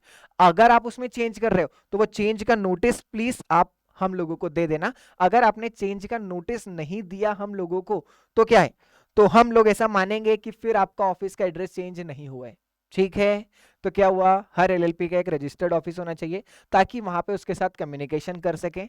अगर आप आपके एलएलपी का ऑफिस का एड्रेस चेंज कर रहे हैं तो कृपया करके आरओसी को बता दीजिए, अदरवाइज आपके एड्रेस चेंज को इनवैलिड माना जाएगा, ठीक है सर। ओके, देखो, जब फॉर्म FILLIP हम लोगों ने अभी फाइल करा था, हमने भरा था, तो क्या अटैचमेंट में आप लोगों से मैंने ऐसी बात करी थी क्या कि LLP एग्रीमेंट भी आपको सबमिट करना पड़ेगा? नहीं सर, ऐसी तो कोई बात नहीं, कोई ऐसा तो कोई अटैचमेंट दिखा नहीं सर जिसके अंदर ऐसा लिखा हो कि आपको LLP एग्रीमेंट भी सबमिट करना है। तो सर इसका क्या मतलब है? LLP एग्रीमेंट नहीं देना पड़ता है क्या? मैंडेटरी नहीं है क्या? देखो, मैंडेटरी तो है, पर क्या बोला उन्होंने? उन्होंने बोला कि यार हो सकता है जिस दिन एलएलपी बना रहे उस दिन आपके पास एलएलपी का एग्रीमेंट नहीं हो। तो हमने बोला कि यार एक काम करो, 30 दिनों के अंदर अंदर कर देना बस। जब एलएलपी बन जाए ना, उसके 30 दिनों के अंदर अंदर फॉर्म नंबर 3 फाइल कर देना और एलएलपी एग्रीमेंट की जानकारी हमको दे देना कि ये एलएलपी एग्रीमेंट हम लोगों ने बना लिया है। क्या बोला? वापस से सुनो, हर एलएलपी कैसे गवर्न होती है? एलएलपी एग्रीमेंट से। एलएलपी एग्रीमेंट क्या होता है हम लोगों ने पढ़ा था अभी वीडियो स्टार्ट होने के स्टार्टिंग में ही। रिटर्न एग्रीमेंट होता है पार्टनर्स ऑफ एलएलपी और एलएलपी के बीच में, जिसके थ्रू एलएलपी गवर्न होती है। ठीक है, तो क्या सर एलएलपी एग्रीमेंट इनकॉर्पोरेशन के टाइम पे नहीं चाहिए? नहीं, इनकॉर्पोरेशन के टाइम पे मैंडेटरी रिक्वायरमेंट नहीं है, इनकॉर्पोरेशन के टाइम पे उसकी जरूरत नहीं है। कब चाहिए? जिस दिन एलएलपी इनकॉर्पोरेट हो जाए उसके अगले 30 दिनों के अंदर अंदर आप फॉर्म नंबर 3 फाइल कर देना और बता देना हमको कि ये हमने एलएलपी एग्रीमेंट बना लिया है और आप लोगों को दे दिया। मान लो आप लोगों ने ये बात का पालन नहीं किया, 30 दिनों के अंदर अंदर फॉर्म 3 फाइल नहीं किया, मतलब अपने एलएलपी एग्रीमेंट की इंफॉर्मेशन आरओसी को नहीं दी, या तो इंफॉर्मेशन नहीं दी या फिर आपने एलएलपी एग्रीमेंट बनाया ही नहीं। आपने सोचा कि भाई एलएलपी बन तो गई है, अब कर क्या लेगी आरओसी मेरा? नहीं भी किया तो आरओसी कर क्या लेगी मेरा? तो आपने एलएलपी एग्रीमेंट नहीं बनाया। जब आप एलएलपी एग्रीमेंट नहीं बनाते हैं तो ऐसे में first schedule of the act जो है वो आपके ऊपर अप्लीकेबल हो जाता है। फिर जो आपके म्यूचुअल राइट्स एंड ड्यूटीज हैं पार्टनर्स के या एलएलपी के, वो कैसे गवर्न होते हैं? फर्स्ट शेड्यूल के थ्रू। वापस से बताता हूं क्या बोल रहा हूं। देखो, वैसे एलएलपी कैसे गवर्न होती है? एलएलपी गवर्न होती है एलएलपी एग्रीमेंट के थ्रू। एलएलपी एग्रीमेंट आपको इनकॉर्पोरेशन के अगले 30 दिनों के अंदर अंदर आरओसी को देना है। आपने दे दिया तो बहुत अच्छी बात है। आपकी एलएलपी कैसे गवर्न होगी? एलएलपी एग्रीमेंट के थ्रू। पर मान लो आपने 30 दिनों के अंदर अंदर उनको नहीं दिया, या फिर आपने क्या किया, आपने एलएलपी एग्रीमेंट बनाया ही नहीं, तो ऐसे में क्या बोला उन्होंने? ऐसे में बोला है कि भैया हम फर्स्ट शेड्यूल के थ्रू आपकी एलएलपी को गवर्न करेंगे। ओहो, तो सर ये फर्स्ट शेड्यूल का मतलब क्या होता है? ये तो कोई भारी बात लग रही है। बिल्कुल भारी बात है। अगर आपने आपका एलएलपी एग्रीमेंट नहीं बनाया है तो फिर ये फर्स्ट शेड्यूल के थ्रू आपकी एलएलपी को चलाएंगे। और फर्स्ट शेड्यूल के अंदर क्या लिखा हुआ है? इन्होंने बोला है कि हर पार्टनर का प्रॉफिट या लॉस में हिस्सा कैसा होगा? बराबर, इक्वल। ठीक है, एलएलपी जो है वो पार्टनर्स को इंडेमनीफाई करेगी। अगर मान लीजिए पार्टनर ने एलएलपी के बिहाफ पे कोई पेमेंट किया है तो एलएलपी जो है वो पार्टनर को पेमेंट करेगी। ठीक है, पार्टनर्स एलएलपी को पेमेंट करेंगे। मान लीजिए पार्टनर्स ने कोई फ्रॉड किया जिसकी वजह से एलएलपी को नुकसान हो गया, तो जो पार्टनर्स हैं वो एलएलपी को नुकसान की भरपाई करेंगे। Partners will indemnify to LLP. ठीक है, all partners will participate in management. इसका मतलब क्या है? कोई भी फैसला अगर आपका बिजनेस का लेना है, एलएलपी को चलाने के लिए लेना है, तो सभी पार्टनर से पूछना जरूरी है। All partners will participate. हो सकता है एलएलपी एग्रीमेंट आप जब बनाएंगे तो उसमें तो आप लिख सकते हैं कि यार ए और बी सिर्फ पार्टिसिपेट करेंगे मैनेजमेंट में, सी और डी कुछ नहीं बोलेंगे। पर क्योंकि आपने एलएलपी एग्रीमेंट नहीं बनाया है, गवर्न कैसे हो रहे हो? फर्स्ट शेड्यूल में। और फर्स्ट शेड्यूल में क्या लिख दिया? सारे पार्टनर्स पार्टिसिपेट करेंगे। ठीक है, partners are not entitled to remuneration. देख लो भाई, पूरे दिन काम करो, गधा हमाली करो, पर पैसा घर नहीं ले जा सकते। क्या बोला? एलएलपी एग्रीमेंट नहीं बनाया ना, चलो अब एक भी रुपया घर नहीं ले जा सकते। रिम्यूनरेशन नाम की चीज नहीं मिलेगी आपको। अब आपको पैसा चाहिए तो आपको कैपिटल विड्रॉ करनी पड़ेगी आपकी। मतलब क्या है? मतलब आप as a salary, as a remuneration पैसे नहीं निकाल सकते। कौन लोग? पार्टनर्स लोग, अगर एलएलपी एग्रीमेंट नहीं बनाया है तो। अगर किसी नए पार्टनर को इंट्रोड्यूस करना है तो सभी पार्टनर्स की कंसेंट रिक्वायर्ड है। 100% of approval from partners is required. मान लीजिए आपने एलएलपी एग्रीमेंट नहीं बनाया, अब आप ए बी सी डी 4 लोग हैं, अब आप चाहते हैं कि मुझे भी इंट्रोड्यूस कर ले, निखिल शर्मा को भी। आपको ऐसा लग रहा है कि सर को काफी जानकारी है पार्टनरशिप बिजनेस के बारे में, एलएलपी के बारे में, सर को एज अ पार्टनर इंट्रोड्यूस कर लेते हैं। तो आप लोगों ने सोचा कि इंट्रोड्यूस कर लेते हैं। कि आपके पास एलएलपी एग्रीमेंट है? नहीं, आप लोगों ने एलएलपी एग्रीमेंट नहीं बनाया। आपने बोला सब भगवान के भरोसे चल रहा है, चलता रहेगा, कोई दिक्कत नहीं है। आपने बोला सर हमारे बिजनेस के अंदर आ जाइए आप। मैंने बोला कि ठीक है आ जाता हूं। तो देखो, ए बी और सी, ये तीन तो बढ़िया लोग थे, इन्होंने बोला कि सर आ जाइए बिजनेस में, कोई दिक्कत नहीं। डी जो था, डी मेरा दुश्मन था। डी बोलता कि सर बढ़िया काम नहीं करते हैं, उसने बोला कि नहीं, डी बोल रहा है कि नहीं, निखिल शर्मा सर को हम एज अ पार्टनर इंट्रोड्यूस नहीं करेंगे। तो क्या मैं आ सकता हूं बिजनेस में? नहीं। क्यों? क्योंकि no new partners without consent of all partner. All का मतलब क्या है? ए बी सी और डी, सभी को हाँ करनी पड़ेगी। अभी डी ने मना कर दिया तो आप नए पार्टनर को इंट्रोड्यूस नहीं कर सकते। ठीक है, कोई डिसीजन अगर लेना है तो वो डिसीजन मेजोरिटी के थ्रू लिया जाएगा। सर आप बोल रहे हैं मेजोरिटी के थ्रू डिसीजन लिया जाएगा, पार्टनर तो लेने नहीं दे रहे। पार्टनर के बारे में उन्होंने बोल दिया यूनानिमस कंसेंट चाहिए, पर दूसरे किसी बिजनेस के डिसीजन के बारे में उन्होंने क्या बोला है कि मेजोरिटी, 4 लोग होना, ए बी सी और डी, जब 3 लोग हाँ कर देंगे 4 में से तो मान लेंगे कि ठीक है आप बिजनेस का डिसीजन ले सकते हो। Partner not to start competing business. Sir इसका मतलब क्या है? देखो भाई, जो पार्टनर्स है ना, जैसे ए बी सी और डी है, ये 4 लोगों की अपनी एलएलपी है। ये काम क्या करती है? ये काम करती है एजुकेशन सर्विस का। ये लोग कोचिंग चलाते हैं, एक एजुकेशन सर्विस इंस्टीट्यूशन बना लिया इन लोगों ने, कोचिंग देते हैं। तो क्या बोल रहे हैं ये लोग कि अगर आपका एलएलपी एग्रीमेंट नहीं है ना, तो ये जो ए बी सी और डी ये 4 लोग है ना, ये इंडिविजुअली कोचिंग सेंटर नहीं खोल सकते अपना खुद का। एलएलपी एग्रीमेंट नहीं है ना, तो कॉम्पीटिंग बिजनेस स्टार्ट नहीं कर सकते आप। कॉम्पीटिंग बिजनेस स्टार्ट करना अलाउड नहीं है, ठीक है। फिर उसके बाद क्या बोला? अगर किसी पार्टनर को बाहर करना है तो उसके लिए एक एग्रीमेंट आपको लगेगा। ऐसा नहीं कि मुंह से बोला कि भाई कल से तू पार्टनर नहीं है तो कल से पार्टनर नहीं है, नहीं, प्रॉपर एक एग्रीमेंट बनेगा, उसके बाद ही आप किसी पार्टनर को निकाल सकते हो अपने बिजनेस में। इसके अलावा उन्होंने क्या बोला? Partner must provide true accounts. इसका मतलब क्या है कि अगर एलएलपी एग्रीमेंट नहीं है, इसका ये मतलब नहीं है कि आप आपके बुक्स ऑफ अकाउंट नहीं बनाओगे। बुक्स ऑफ अकाउंट बनाओगे और वो भी ट्रू बनाओगे, सच्चे बनाओगे। सही बुक्स ऑफ अकाउंट्स मेंटेन करना आप लोगों की रिस्पॉन्सिबिलिटी है, ठीक है। तो क्या पढ़ रहे थे सर हम? सर हमने पढ़ा एलएलपी एग्रीमेंट। एलएलपी एग्रीमेंट क्या होता है सर? रिटर्न एग्रीमेंट होता है एलएलपी और एलएलपी के पार्टनर्स के बीच में, जिसके थ्रू एलएलपी गवर्न होती है। पर मान लीजिए किसी एलएलपी के अंदर एलएलपी एग्रीमेंट नहीं है, तो क्या होगा? तो ऐसे में जो फर्स्ट शेड्यूल है उसके थ्रू एलएलपी गवर्न होगी। और फर्स्ट शेड्यूल के अंदर ये कुछ बातें लिखी हुई है जो आपको याद होनी चाहिए। This is a prospective potential question जो एग्जाम में आ सकता है, इसको आप इंपॉर्टेंट भी मार्क कर सकते हैं, ठीक। सर इसके अलावा देखो, क्या कोई पार्टनरशिप फॉर्म छोड़ सकता है? ऑफ कोर्स छोड़ सकता है। जाने वाले को कौन रोक पाया है? अगर किसी को जाना है आपके जीवन से तो वो तो जाएगा ही सही, आप कितना ही रोए धोएं उससे क्या होगा। तो वैसे ही अगर कोई पार्टनर ने डिसाइड कर लिया है कि वो एलएलपी छोड़ेगा तो फिर वो छोड़ेगा, आप कुछ नहीं कर सकते। तो क्या कोई पार्टनरशिप फॉर्म एलएलपी फॉर्म छोड़ सकता है? तो जवाब है हाँ। खुद की इच्छा हुई, उसकी वॉलेंट्री रेजिग्नेशन दे दिया, उसने बोला कि नहीं करना तुम्हारी एलएलपी में काम, जा रहा हूं। उसने कुछ नहीं बोला, भगवान ने उसको अपने पास बुला लिया, डेथ हो गई उसकी, वो पागल हो गया। पागल हो गया मतलब पागल उसको कोर्ट ने डिक्लेयर कर दिया है, आपके बोलने से नहीं, कोर्ट ने डिक्लेयर किया है कि वो पागल है। तो ऐसे केस में वो पार्टनर नहीं बन सकता। क्यों? क्योंकि ये 3 तो हम लोगों ने देखी थी ना कि ये लोग तो पार्टनर बनने के कैपेबल नहीं है। इंसॉल्वेंट डिक्लेयर हो गया, पैसे वैसे नहीं बचे, बैंकरप्ट हो गया, तो क्या बोलेंगे हम? तो हम बोलेंगे कि ऐसे केस में आपका पार्टनरशिप फॉर्म का जो इंटरेस्ट है वो छूट जाएगा, आप पार्टनर कंटिन्यू नहीं करेंगे, या फिर आपने वॉलेंटरी रिजाइन कर दिया कि नहीं रहना तुम्हारी पार्टनरशिप फॉर्म के अंदर, चलो जाओ, ठीक है। देखो जा रहे हो कोई दिक्कत नहीं, पर कम से कम बता के तो जाओ। जैसे ये तो बता नहीं सकता, पर ये लोग तो बता सकते हैं, पागल होने से पहले बता सकता है, ये इंसॉल्वेंट होने से पहले बता सकता है। अगर हाँ तो बता दो, नहीं तो कम से कम ये जो वॉलेंटरी रेजिग्नेशन दे रहा है कम से कम ये तो बताए। तो क्या बोला कि भैया जाने से 30 दिन पहले पहले हमको बता देना, ठीक है, ठीक है।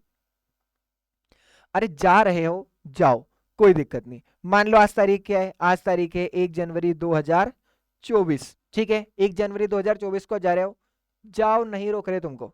पर 1 जनवरी 2024 के पहले जितना डेट इनकर हुआ है ना एलएलपी में, उसके लिए तुम लाइबल रहोगे, ध्यान रखना, उसके लिए तुम लाइबल हो। Farmer partner remains liable for obligation incurred before cessation. Partnership form LLP form छोड़ने से पहले जितनी लाइबिलिटी आई है उसके लिए तो आप ऑब्लिगेशन हो ना, ऑब्लिगेटेड हो, ठीक। जब आप जाओगे ना तो आपको क्या क्या मिलेगा? आपको 2 चीज मिलेगी। जितने पैसे आप लेके आए थे कैपिटल कंट्रीब्यूशन, वो आपको वापस दे देंगे कि ये आपका पैसा है, जाओ ले जाओ, नहीं चाहिए। और दूसरा क्या? प्रॉफिट में जितना जब से आप आए हो तब से लेके आज तक जितना प्रॉफिट हुआ है उसमें से आपका जितना हिस्सा बनता है वो दे देंगे। प्रॉफिट मतलब सिर्फ प्रॉफिट क्या? नहीं, प्रॉफिट मतलब लॉस भी है। अगर लॉस हुआ है तो लॉस भी एडजस्ट करेंगे आपकी कैपिटल के अंदर से, ठीक है। देखो जो पार्टनर है, जो पार्टनर छोड़ के जा रहा है उसको पार्टनर मानेंगे कब तक? जब तक वो दूसरे लोगों को, दूसरे पार्टनर्स को बता ना दे। ऐसा नहीं कि आपने मन में सोच लिया कि यार मैं इस एलएलपी का पार्टनर नहीं हूं तो आज से आप एलएलपी के पार्टनर नहीं हो। अरे भैया दूसरे पार्टनर्स को बताओ ना, जब तक नहीं बताओगे तब तक थोड़ी काम चलेगा। इसके अलावा नोटिस देना पड़ेगा आपको रजिस्ट्रार को। आप एलएलपी को नोटिस दोगे, फिर एलएलपी रजिस्ट्रार को नोटिस देगी। तो जब तक रजिस्ट्रार को नोटिस नहीं जाएगा तब तक मानेंगे कि आप उस बिजनेस के पार्टनर हैं। जब तक नोटिस नहीं दे देते तब तक आपको पार्टनर माना जाएगा, ठीक है। देखो ये तो बात हो गई कि आप पार्टनरशिप फॉर्म छोड़ के जा रहे हो। मान लो इसके अलावा भी तो एक पार्टनरशिप फॉर्म के अंदर दूसरे चेंजेस हो सकते हैं, जैसे कि कोई जो पार्टनर ऑलरेडी है वो पार्टनर का नाम बदल जाए, एड्रेस बदल जाए, या आप किसी नए पार्टनर को अपने बिजनेस में इंट्रोड्यूस कर लें, तो ये सारी जानकारी आरओसी को कैसे आएगी? क्या उसके सपने में आएगी ये सारी बातें? नहीं, ये सारी बातें आपको आरओसी को बतानी पड़ेगी, आपको मतलब एलएलपी को ये सारी बातें बतानी पड़ेगी। तो क्या बोला है कि अगर मान लीजिए पार्टनर में कोई चेंज आ रहा है, या उनके पर्टिकुलर में, पर्टिकुलर का मतलब क्या है कि उनका नाम या फिर एड्रेस में कोई चेंज आ रहा है, तो ऐसे केसेस में क्या बोला है भैया, जो पार्टनर है पहले वो एलएलपी को बताएगा 15 दिनों में, फिर एलएलपी अगले 30 दिनों में रजिस्ट्रार को नोटिस देगी कि हमारे यहाँ पे ये चेंज हुआ है, हमारे यहाँ नए पार्टनर का जन्म हुआ है। वापस से समझिए क्या बोल रहा हूं। देखो, कोई एलएलपी है, उस एलएलपी के अंदर कोई नया पार्टनर आया है, तो नया पार्टनर आया है तो वो जो एलएलपी है ना, वो 30 दिनों के अंदर रजिस्ट्रार को बताएगी कि सर शुभ घड़ी आई है और हमारे घर में, हमारी एलएलपी में एक नए पार्टनर का जन्म हुआ है। कितने दिनों में? अगले 30 दिनों के अंदर अंदर। ठीक है, ये तो बात हो गई एडमिशन की। अभी हमने बात करी थी कोई पार्टनर छोड़ के जाना चाहे तो जा सकता है कि हाँ भैया कम से कम 15, उधर बात करी थी 30 दिन, तो कम से कम 15-30 दिन पहले आपको एलएलपी को नोटिस देना है कि मैं जा रहा हूं। या फिर मान लीजिए आपका नाम चेंज हुआ या एड्रेस चेंज हुआ है, तो आप 15 दिन, जैसे आप छोड़ के जा रहे हैं तो कितने दिन का नोटिस देना है आपको एलएलपी को? 30 दिन का। पर आपका नाम या फिर एड्रेस चेंज हुआ है तो कम से कम मतलब 15 दिन के अंदर अंदर आप एलएलपी को बता देना, ताकि एलएलपी अगले 30 दिनों में नोटिस फाइल कर दे रजिस्ट्रार को कि सर ये चेंज हमारे यहाँ एलएलपी में पार्टनर्स के अंदर हुआ है। ठीक, सर हुआ क्या कि ये जो एबीसीडी का 4 लोगों का ग्रुप था ना, इसमें से ए का हो गया झगड़ा इन लोगों के साथ, और झगड़ा इतना भयंकर हुआ, इसने बोला कि तुम्हारा मुंह नहीं देखूंगा, तुमसे बात नहीं कर रहा, चलो जाओ। तो इसने क्या बोला कि मैं तुम लोगों को नोटिस वोटिस भी नहीं दे रहा। इसने क्या बोला, नोटिस देना है ना, मैं नोटिस डायरेक्ट रजिस्ट्रार को दे सकता हूं। तो क्या रजिस्ट्रार को डायरेक्ट नोटिस दिया जा सकता है क्या? जो आउटगोइंग पार्टनर है वो डायरेक्ट दे सकते हैं क्या नोटिस? तो आंसर है हाँ। अगर एलएलपी नोटिस फाइल करना भूल जाए आरओसी के साथ, या फिर आउटगोइंग पार्टनर खुद से दे दे, तो ऐसे केस में अलाउड है कि आउटगोइंग पार्टनर सेल्फ नोटिफाई कर सकता है रजिस्ट्रार को। तो क्या सर, मान लो आउटगोइंग पार्टनर ने डायरेक्ट बोल दिया और एलएलपी मान लेगी क्या? आरओसी वाले लोग मान लेंगे क्या? उन्होंने बोला और नहीं, ऐसा नहीं मानेंगे, नहीं डायरेक्ट। उन्होंने क्या बोला कि जो आरओसी है ना, फिर वो एलएलपी से कंफर्म करेगी कि भैया हमारे पास आपके जो आउटगोइंग पार्टनर है, जो ए जिससे आप लोगों का झगड़ा हो गया है, उसने एक नोटिस दिया है कि वो आपकी एलएलपी छोड़ रहा है, बात सही है क्या?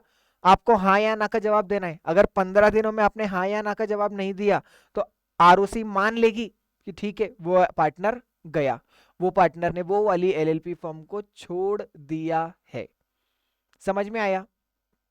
वापस से बताता हूं,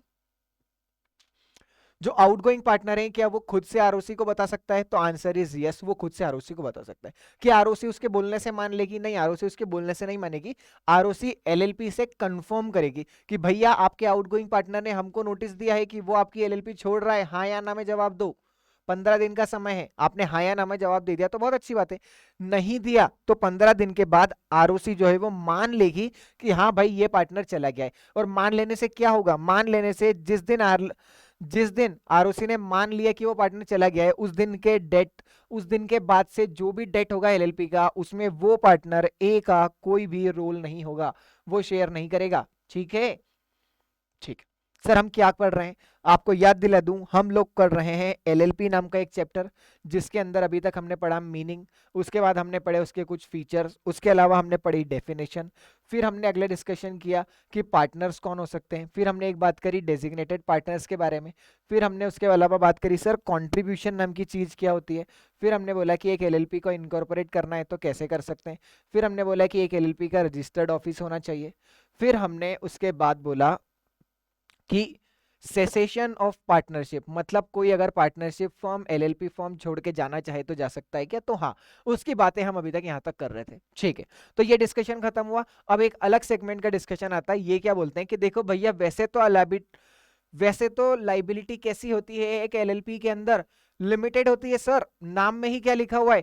लिमिटेड लाइबिलिटी पार्टनरशिप। तो लाइबिलिटी कैसी होती है? Of course limited. पर भैया अगर आप फ्रॉड करोगे ना, तो फ्रॉड के केस में लाइबिलिटी अनलिमिटेड कर दी जाएगी। आपने क्रेडिटर्स के साथ में या किसी के भी साथ फ्रॉड किया और वो फ्रॉड प्रूव हो गया, तो क्या बोलेंगे? ऐसा बोलेंगे कि आपकी लाइबिलिटी कैसी हो जाएगी? अनलिमिटेड। अनलिमिटेड लाइबिलिटी आप लोगों की हो जाएगी अगर एलएलपी ने फ्रॉड किया है क्रेडिटर्स के साथ या किसी और पर्सन के साथ। किसकी लाइबिलिटी अनलिमिटेड हो जाएगी सर, पार्टनर की या एलएलपी की? वैसे तो दोनों की ही हो जाएगी, एलएलपी और इन्वॉल्व्ड पार्टनर, जितने भी पार्टनर्स हैं उनकी लाइबिलिटी अनलिमिटेड हो जाएगी। सर एलएलपी भी इन लाइबल होगी क्या अगर मान लो पार्टनर्स ने फ्रॉड किया था? ये जो ए बी सी और डी लोग थे ना, इसमें से ये जो बी नंबर का पार्टनर है ना, इसने फ्रॉड किया था सर, एलएलपी को तो इसके बारे में जानकारी ही नहीं थी कि फ्रॉड हुआ है, तो बस फिर कोई दिक्कत नहीं, फिर सिर्फ बी की लाइबिलिटी अनलिमिटेड होगी।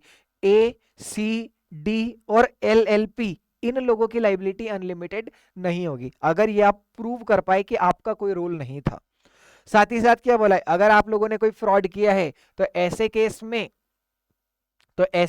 में जिन लोगों को नुकसान हुआ है आपकी फ्रॉड की वजह से, उन लोगों को आपको कंपनसेट करना पड़ेगा। आप लोगों को वो एग्जांपल याद आना चाहिए जो क्लास में हमने देखा था हॉलीडे एलएलपी नाम से, कि वो 5-5 हजार रुपए में गोवा की ट्रिप करवा रहे थे और फिर पैसे लेके मालदीव्स भाग गए। तो हमने क्या बोला था कि हाँ हाँ हाँ, एलएलपी और पार्टनर्स की लाइबिलिटी कैसी हो जाएगी, अनलिमिटेड, और जिन लोगों का नुकसान हुआ है उन लोगों को आपने कंपनसेट करना पड़ेगा। कंपनसेशन जो 5-5 हजार रुपए कस्टमर ने दिए थे उन्हें आपको कंपनसेट करना पड़ेगा। ठीक है सर। फिर एक कॉन्सेप्ट आता है विसल ब्लोइंग का। सर ये विसल ब्लोइंग का क्या मतलब होता है? सर इसका मतलब तो हम लोग इतना जानते हैं कि सीटी बजाना होता है सर, तो बिल्कुल बराबर सही समझ चुके हैं आप, इतना ही जानना है आपको। विसल ब्लोइंग का मतलब होता है सीटी बजाना। तो देखो इसको क्या बोलते हैं, it is an act of reporting illegal unethical और fraudulent activity within an organisation. आपकी ऑर्गेनाइजेशन में कुछ गलत चल रहा है, कुछ अनएथिकल चल रहा है, कुछ इलीगल चल रहा है, जिसकी जानकारी आप किसको दे रहे हैं? जिसकी जानकारी आप किसी डिपार्टमेंट को, गवर्नमेंट डिपार्टमेंट को, गवर्नमेंट अथॉरिटी को, या आपकी ही ऑर्गेनाइजेशन में जो सुपीरियर मैनेजमेंट है, हाई मैनेजमेंट है, उनको आप जानकारी दे रहे हैं कि सर अपनी कंपनी में ऐसी बातें चल रही है, तो ये जो आपने किया है इसको क्या बोलते हैं? इसे बोलते हैं विसल ब्लोइंग। सर ऐसा करने से मेरा क्या फायदा है? अरे भैया जब इन्वेस्टिगेशन होगी ना, तो उस समय पे जो लॉ है, जो कानून है, वो आप लोगों को रिटेलिएशन, हार्म से बचा लेगा। जब सभी लोगों को सजा होगी ना, तो आपको छोड़ दिया जाएगा। क्यों? क्योंकि आपने इस फ्रॉड को अनकवर करने में मदद की थी। इससे इनकरेज होते हैं इंडिविजुअल्स कि वो विसल ब्लोइंग की कंप्लेन करें। सर एक बार फिर से बताता हूं, आपकी ऑर्गेनाइजेशन के अंदर कुछ इलीगल, कुछ अनएथिकल, कुछ फ्रॉडुलेंट काम चल रहा है, तो आपने वो रिपोर्ट कर दिया। किसको रिपोर्ट कर दिया सर? या तो आपकी ऑर्गेनाइजेशन में जो सीनियर मैनेजमेंट है उनको कर दिया, या फिर आपने गवर्नमेंट अथॉरिटी को कर दिया, या गवर्नमेंट डिपार्टमेंट को कर दिया। जब मान लीजिए आपकी ऑर्गेनाइजेशन के अंदर जीएसटी चोरी हो रहा है, लोगों से जीएसटी कलेक्ट किया जा रहा है पर भर नहीं रहे, तो आपने क्या बोला कि सर जीएसटी डिपार्टमेंट में गए और कंप्लेन कर दी। तो जब वहां से कंप्लेन करी थी ना आपने, तो वहां से इन्वेस्टिगेशन होगी, पता करेंगे किसकी गलती थी किसकी नहीं थी। तो ऐसे में जब भी लोगों को सजा होगी ना, तो आप लोगों को छोड़ दिया जाएगा कि हाँ भाई तुमने तो हमारी मदद की थी, इसलिए हम तुम्हें छोड़ देते हैं। ठीक, ये खत्म। लास्ट पार्ट अब डिस्कस करेंगे इस चैप्टर का, that is financial disclosure, very much important discussion now. Her LLP को बुक्स ऑफ अकाउंट मेंटेन करना कंपलसरी है क्या सर? हाँ कंपलसरी है। कैश या फिर अक्रूवल बेसिस, किसी भी बेसिस पे आप कर लीजिए, पर बुक्स ऑफ अकाउंट मेंटेन करना जरूरी है। डबल एंट्री सिस्टम पे आपकी बुक्स मेंटेन होनी चाहिए। बुक्स को कितने समय के संभाल के रखनी है सर? मिनिमम 8 ईयर्स, कम से कम 8 साल तक बुक्स आप लोगों को संभाल के रखनी है। इसके अलावा ये तो बात कर ली बुक्स मेंटेन करने की, अब बात करते हैं दूसरी फाइनेंशियल डिस्क्लोजर जो आपको मेंटेन करना है, उसका क्या नाम है? Statement of accounts and solvency. एक स्टेटमेंट होता है जो एलएलपी को सबमिट करना होता है, जिसमें वो बताती है कि हम फाइनेंशियली साउंड है, सॉल्वेंट है, जितना डेट हम लोगों ने लिया है वो हम पे कर सकते हैं। तो बताती कैसे है? फाइनेंशियल स्टेटमेंट्स फाइल करती है इस फॉर्म के अंदर। तो क्या हुआ, हर एलएलपी को statement of accounts and solvency file करना है। सर कब तक फाइल करना है? प्रिपेयर करना है 6 महीने के अंदर अंदर। प्रिपेयर करना है 6 महीने के अंदर अंदर, मतलब 31 मार्च खत्म हुआ, वहां से 6 महीने सर, वहां से 6 महीने होते हैं सर 30 सितंबर, बिल्कुल बराबर सही बोला आपने। तो जब फाइनेंशियल ईयर खत्म हुआ उसके अगले 6 महीने के अंदर अंदर फाइनेंशियल स्टेटमेंट्स प्रिपेयर कर लो। सर फाइल नहीं करना है क्या, सिर्फ प्रिपेयर करके रखना है? नहीं नहीं नहीं, फाइल भी करना है। फाइल कब करना है? अगले 30 दिनों के अंदर अंदर, 30 सितंबर से लेके अगले 30 दिन, मतलब सर 30 सितंबर। ओके सर, वापस से बोलता हूं, हर एलएलपी को statement of accounts and solvency file करना है। फॉर्म का नंबर क्या है? फॉर्म का नंबर है 8। फॉर्म नंबर 8 में statement of accounts and solvency her LLP को फाइल करना मैंडेटरी है। कब तक फाइल करना है सर? 6 महीने के अंदर अंदर प्रिपेयर करना है from closure of financial year, और विद इन नेक्स्ट 30 डेज उसको फाइल करना है। ठीक है सर, मतलब 30 सितंबर तक बनाना है और 30 अक्टूबर तक फाइल करना है, बिल्कुल बराबर है।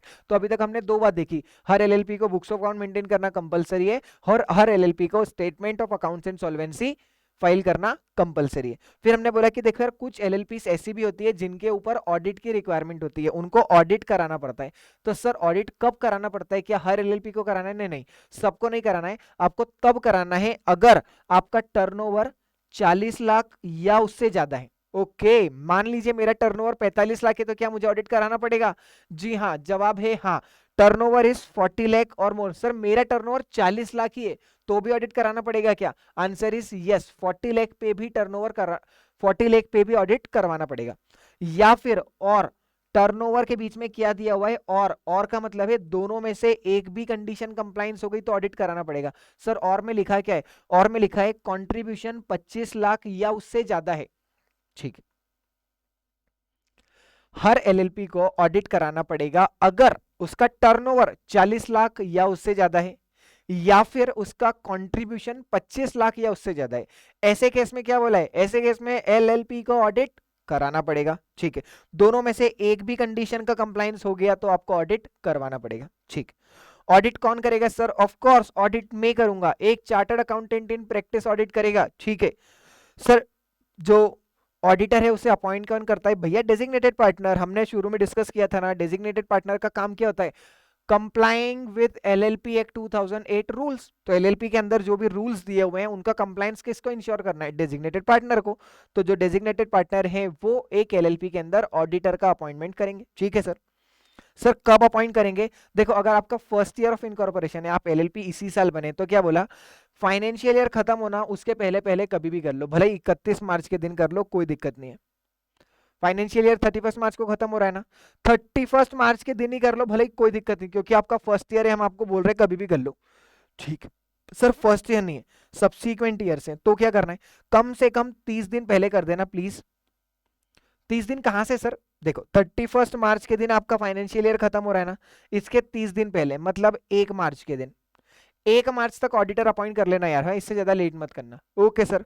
सर कैजुअल वैकेंसी हो गई तो क्या? कैजुअल वैकेंसी का मतलब क्या? सर आपने तो ऑडिटर अपॉइंट किया था, पर वो ऑडिटर जो है ना वो छोड़ के चला गया, भाग गया, तो क्या सर? तो ऐसे केस में नया ऑडिटर आपको अपॉइंट करना है, फाइनेंशियल ईयर खत्म हो उसके 30 दिन पहले पहले, मतलब वही कि 1 मार्च तक आपको ऑडिटर अपॉइंट करना है।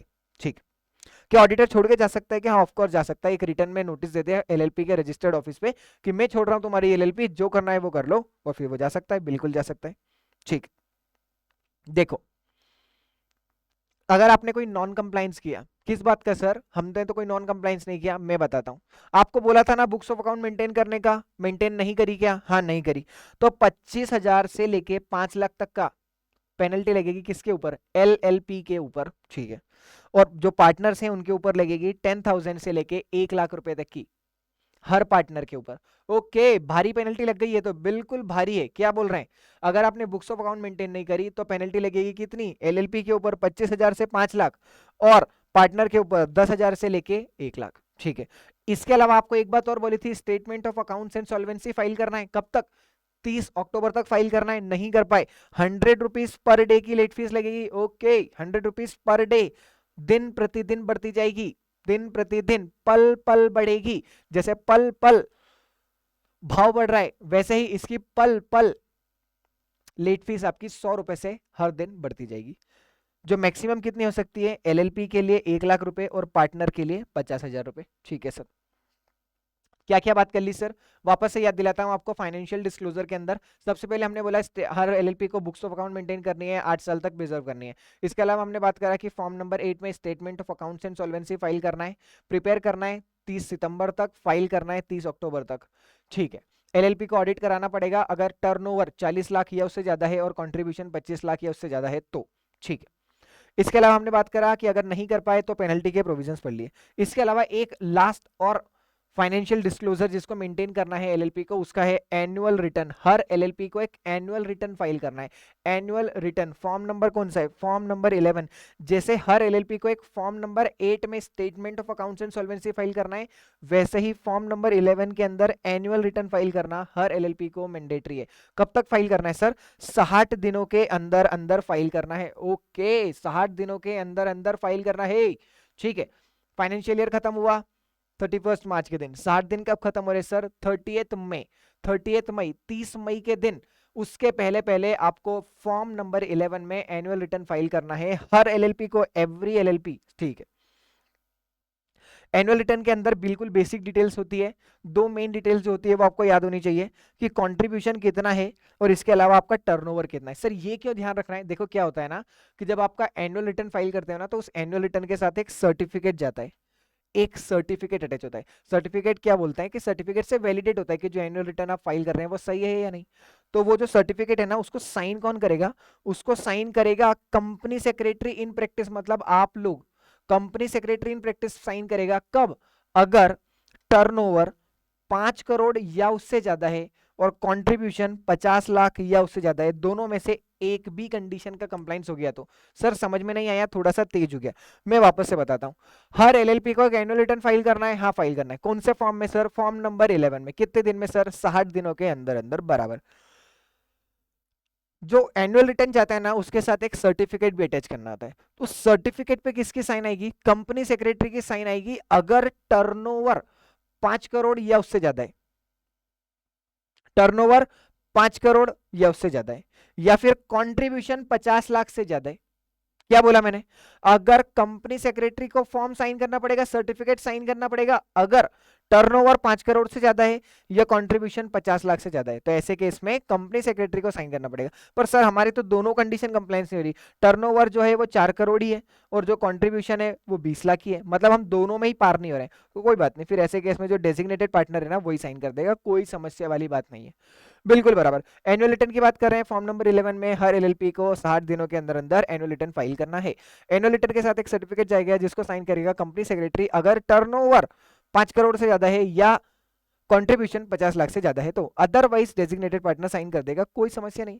अगर आपकी एलएलपी के अंदर इंसॉल्वेंसी एंड लिक्विडेशन का काम चल रहा है, मतलब आपकी एलएलपी बंद होने वाली है, लिक्विडेट होने वाली है, तो ऐसे केस में जो सर्टिफिकेट है ना, उसको रिजोल्यूशन प्रोफेशनल जो होता है वो साइन कर देगा। बिल्कुल कोई दिक्कत वाली बात नहीं है। अगर एनुअल रिटर्न टाइम पे फाइल नहीं किया तो 100 रुपीज पर डे की लेट फीस है, जो एलएलपी के केस में 1 लाख तक जा सकती है, डेजिग्नेटेड के पार्टनर के केस में 50,000 तक जा सकती है, कोई समस्या वाली बात नहीं है। ठीक है, फिर कंपाउंडिंग ऑफ ऑफेंस, मान लीजिए आपने कोई गलती करी और आपके ऊपर प्रोसिक्यूशन स्टार्ट होने वाला था, केस स्टार्ट होने वाला था, तो क्या बोला कि सर कंपाउंडिंग कर दो, कंपाउंडिंग कर दो। तो फिर किसी ने आपसे पूछा कंपाउंडिंग होता क्या है, पहले ये तो बताओ। तो आपने बोला कि भाई यार देख, कंपाउंडिंग मतलब एक ऐसी प्रोसेस होती है जिसके थ्रू क्या होता है ना, मैंने कोई ऑफेंस किया है ना, उस ऑफेंस को मॉनेटरी पेनल्टी के साथ ही आप कंपनसेट कर दो, मेरे ऊपर केस वेस मत चलाओ यार प्लीज। क्या बोला? अरे मान लिया मेरे से गलती हो गई, पर मेरे ऊपर केस मत चलाओ, मुझसे पेनल्टी ले लो, फीस ले लो और मुझे छोड़ दो। तो compounding refers to process, compounding refers to process of settling, setting नहीं लिखा है वहां पे, लिखा है settling, settling offence by paying monetary penalty instead of prosecution. Prosecution sir ये हमारे साथ है ना, कानूनी केस वेस मत करो, बहुत डर लगता है हमको, आप तो हमसे पैसे ले लो बस प्लीज। ठीक, तो इसको क्या बोलते हैं? इसको बोलते हैं कंपाउंडिंग। तो सर हर चीज के लिए कंपाउंडिंग अलाउड है क्या सर? मान लीजिए ऐसे तो मान लीजिए सर आईपीसी के अंदर कोई किसी का मर्डर कर दे तो भी कंपाउंडिंग अलाउड है कि पैसे ले लो और छोड़ दो हमको? नहीं नहीं नहीं, कंपाउंडिंग के ऑफेंस कब अलाउड होते हैं? कंपाउंडिंग के ऑफेंस तब अलाउड होते हैं जहां पे इम्प्रिजनमेंट के प्रोविजन नहीं है, जहां पे इम्प्रिजनमेंट के प्रोविजन नहीं है, मतलब जहां पे जेल नहीं होगी ना। Okay give me a minute. जहां पे जेल का प्रावधान नहीं है ना, वहीं पे कंपाउंडिंग होती है। मतलब जहां पे ऐसा लिखा है कि नहीं जेल होगी, तो फिर तो जेल होगी, पर ऐसा बोला कि नहीं जेल के प्रावधान नहीं है, सिर्फ केस चलेगा, कोर्ट केस चलेगा, तो ऐसे में क्या बोला कि चलो यार कोर्ट केस वेस मत करो, हम आपको मॉनेटरी पेमेंट के साथ छोड़ देंगे। ठीक है, एक बार कंपाउंडिंग अलाउ कर दी तो सेम ऑफेंस के लिए अगले 3 सालों में अलाउ नहीं करेंगे, कृपया इस बात का ध्यान रखें। रीजनल डायरेक्टर का एक पोजीशन होती है जो कंपाउंडिंग करती है। ठीक है, इसके अलावा देखो दो केस लॉ है, ये दो केस लॉ फटाफट से डिस्कस कर लेते हैं। वैसे तो आपके न्यू कोर्स का पार्ट नहीं है, बट स्टिल एक बार एग्जाम में पूछ लिया है, इसलिए हम इन लोगों को डिस्कस कर लेते हैं। देखो एक केस था, क्या हुआ कि एक पार्टनरशिप फॉर्म थी, कब की? 2005 में। 2005 याद रखिए क्यों? क्योंकि एलएलपी एक्ट कब आया है? 2008 के अंदर। 2008 के पहले एलएलपी नाम का कोई कॉन्सेप्ट होता क्या? नहीं, कोई कॉन्सेप्ट नहीं होता था। ठीक है, तो 2005 में क्या? 2005 में एक पार्टनरशिप थी जिसका नाम क्या था? सोजिन फ्लोरा फार्मा नाम की एक पार्टनरशिप फर्म थी। ठीक है, हुआ क्या? 2016 के अंदर अंदर इन्होंने क्या किया? अपनी पार्टनरशिप फर्म को एलएलपी में कन्वर्ट करा लिया। बिल्कुल सही बात है, क्योंकि एलएलपी में लिमिटेड लाइबिलिटी का फीचर मिलता है ना, तो उन्होंने सोचा कि यार अपने आप को एलएलपी में कन्वर्ट करा लो, ये बिना फालतू में अनलिमिटेड लाइबिलिटी वाला बोझ लेके सर पे क्यों चले। ठीक है, करवा लिया। सेक्शन नंबर 56 है एलएलपी एक्ट 2008 का, जो बात करता है कन्वर्जन की। किसी पार्टनरशिप फर्म को अगर एलएलपी में कन्वर्ट होना है तो सेक्शन नंबर 56 के अंदर जो प्रोविजन लिखे हैं वो प्रोविजन के हिसाब से आप आपका कन्वर्जन करवा सकते हो। ठीक है, इन्होंने अपना कन्वर्जन करवा लिया। बिल्कुल सब बातें बढ़िया चल रही थी, पर हुआ क्या? जो हिमाचल प्रदेश की स्टेट है, ये एक्चुअली जो सोजिन फार्मा है ना, सोजिन फ्लोरा फार्मा, ये हिमाचल प्रदेश की एलएलपी है। ठीक है, तो हुआ क्या? इन्होंने अपने आप को एलएलपी में कन्वर्ट करवा लिया। इन्होंने अपने आप को एलएलपी में कन्वर्ट करा लिया। जब एलएलपी में कन्वर्ट करवा लिया ना, तो हिमाचल प्रदेश की जो सरकार है ना, इसने इनको एक नोटिस भेजा। क्या भेजा? कि भैया जब आपने आपकी असेट का ट्रांसफर किया है, अभी आपके असेट का ही में है पार्टनरशिप फॉर्म के अंदर, अब आपकी असेट को आप एलएलपी के अंदर ट्रांसफर कर रहे हो ना, तो हमें स्टैंप ड्यूटी पे करो या फिर रजिस्ट्रेशन चार्ज पे करो। देखो, registration charges on transfer of asset, बात समझिएगा आप। मैं ये नहीं बोल रहा हूं कि जब एलएलपी को इनकॉर्पोरेट किया है तो वहां पे जो स्टैंप ड्यूटी पे करनी है वो पे करनी है नहीं। अरे वो तो पे करनी है, वो तो पे कर दी, उसकी कोई समस्या नहीं है। ये क्या बोल रहे हैं कि भैया जो आपने असेट ट्रांसफर करी ना पार्टनरशिप फॉर्म से एलएलपी, इसके ऊपर भी स्टैंप ड्यूटी पे करो। तो भैया ये बोले कि यार ये तो कोई बात नहीं हुई यार। अरे क्यों पे करें यार? एलएलपी और पार्टनरशिप फॉर्म, यार सेक्शन नंबर 56 में क्या लिखा है कि अगर एक पार्टनरशिप फॉर्म एलएलपी में कन्वर्ट होती है, अगर एक पार्टनरशिप फर्म एलएलपी में कन्वर्ट होती है तो उसकी जो असेट्स है ना वो ऑटोमेटिकली एलएलपी के अंदर कन्वर्ट हो जाएगी, ऑटोमेटिकली ट्रांसफर हो जाएगी। मतलब अलग से कुछ नहीं किया है, आप सिर्फ अपने आप को पार्टनरशिप फॉर्म में कन्वर्ट करा लो। एलएलपी अपने आप को मतलब जो एक पार्टनरशिप फॉर्म है वो अपने आप को एलएलपी में कन्वर्ट करा ले, तो जो असेट्स है ना वो असेट्स तो अपने आप ट्रांसफर हो जाएगी। ठीक है, पर ये जो है ना डिपार्टमेंट वाले, हिमाचल प्रदेश गवर्नमेंट वाले, ये बोलते कि ना ना ना ना ना भैया, एलएलपी जो है वो एक सेपरेट लीगल है, डिस्टिंक्ट लीगल एंटिटी है ना। आप ही लोग बोलते हो ना कि एलएलपी एक सेपरेट लीगल डिस्टिंक्ट एंटिटी है, तो बस फिर जब डिस्टिंक्ट एंटिटी है तो ट्रांसफर हुआ, एक एंटिटी से दूसरे एंटिटी में असेट का ट्रांसफर हुआ, तो आप हमें स्टैंप ड्यूटी तो पे करनी पड़ेगी, स्टैंप ड्यूटी तो पे करनी ही पड़ेगी।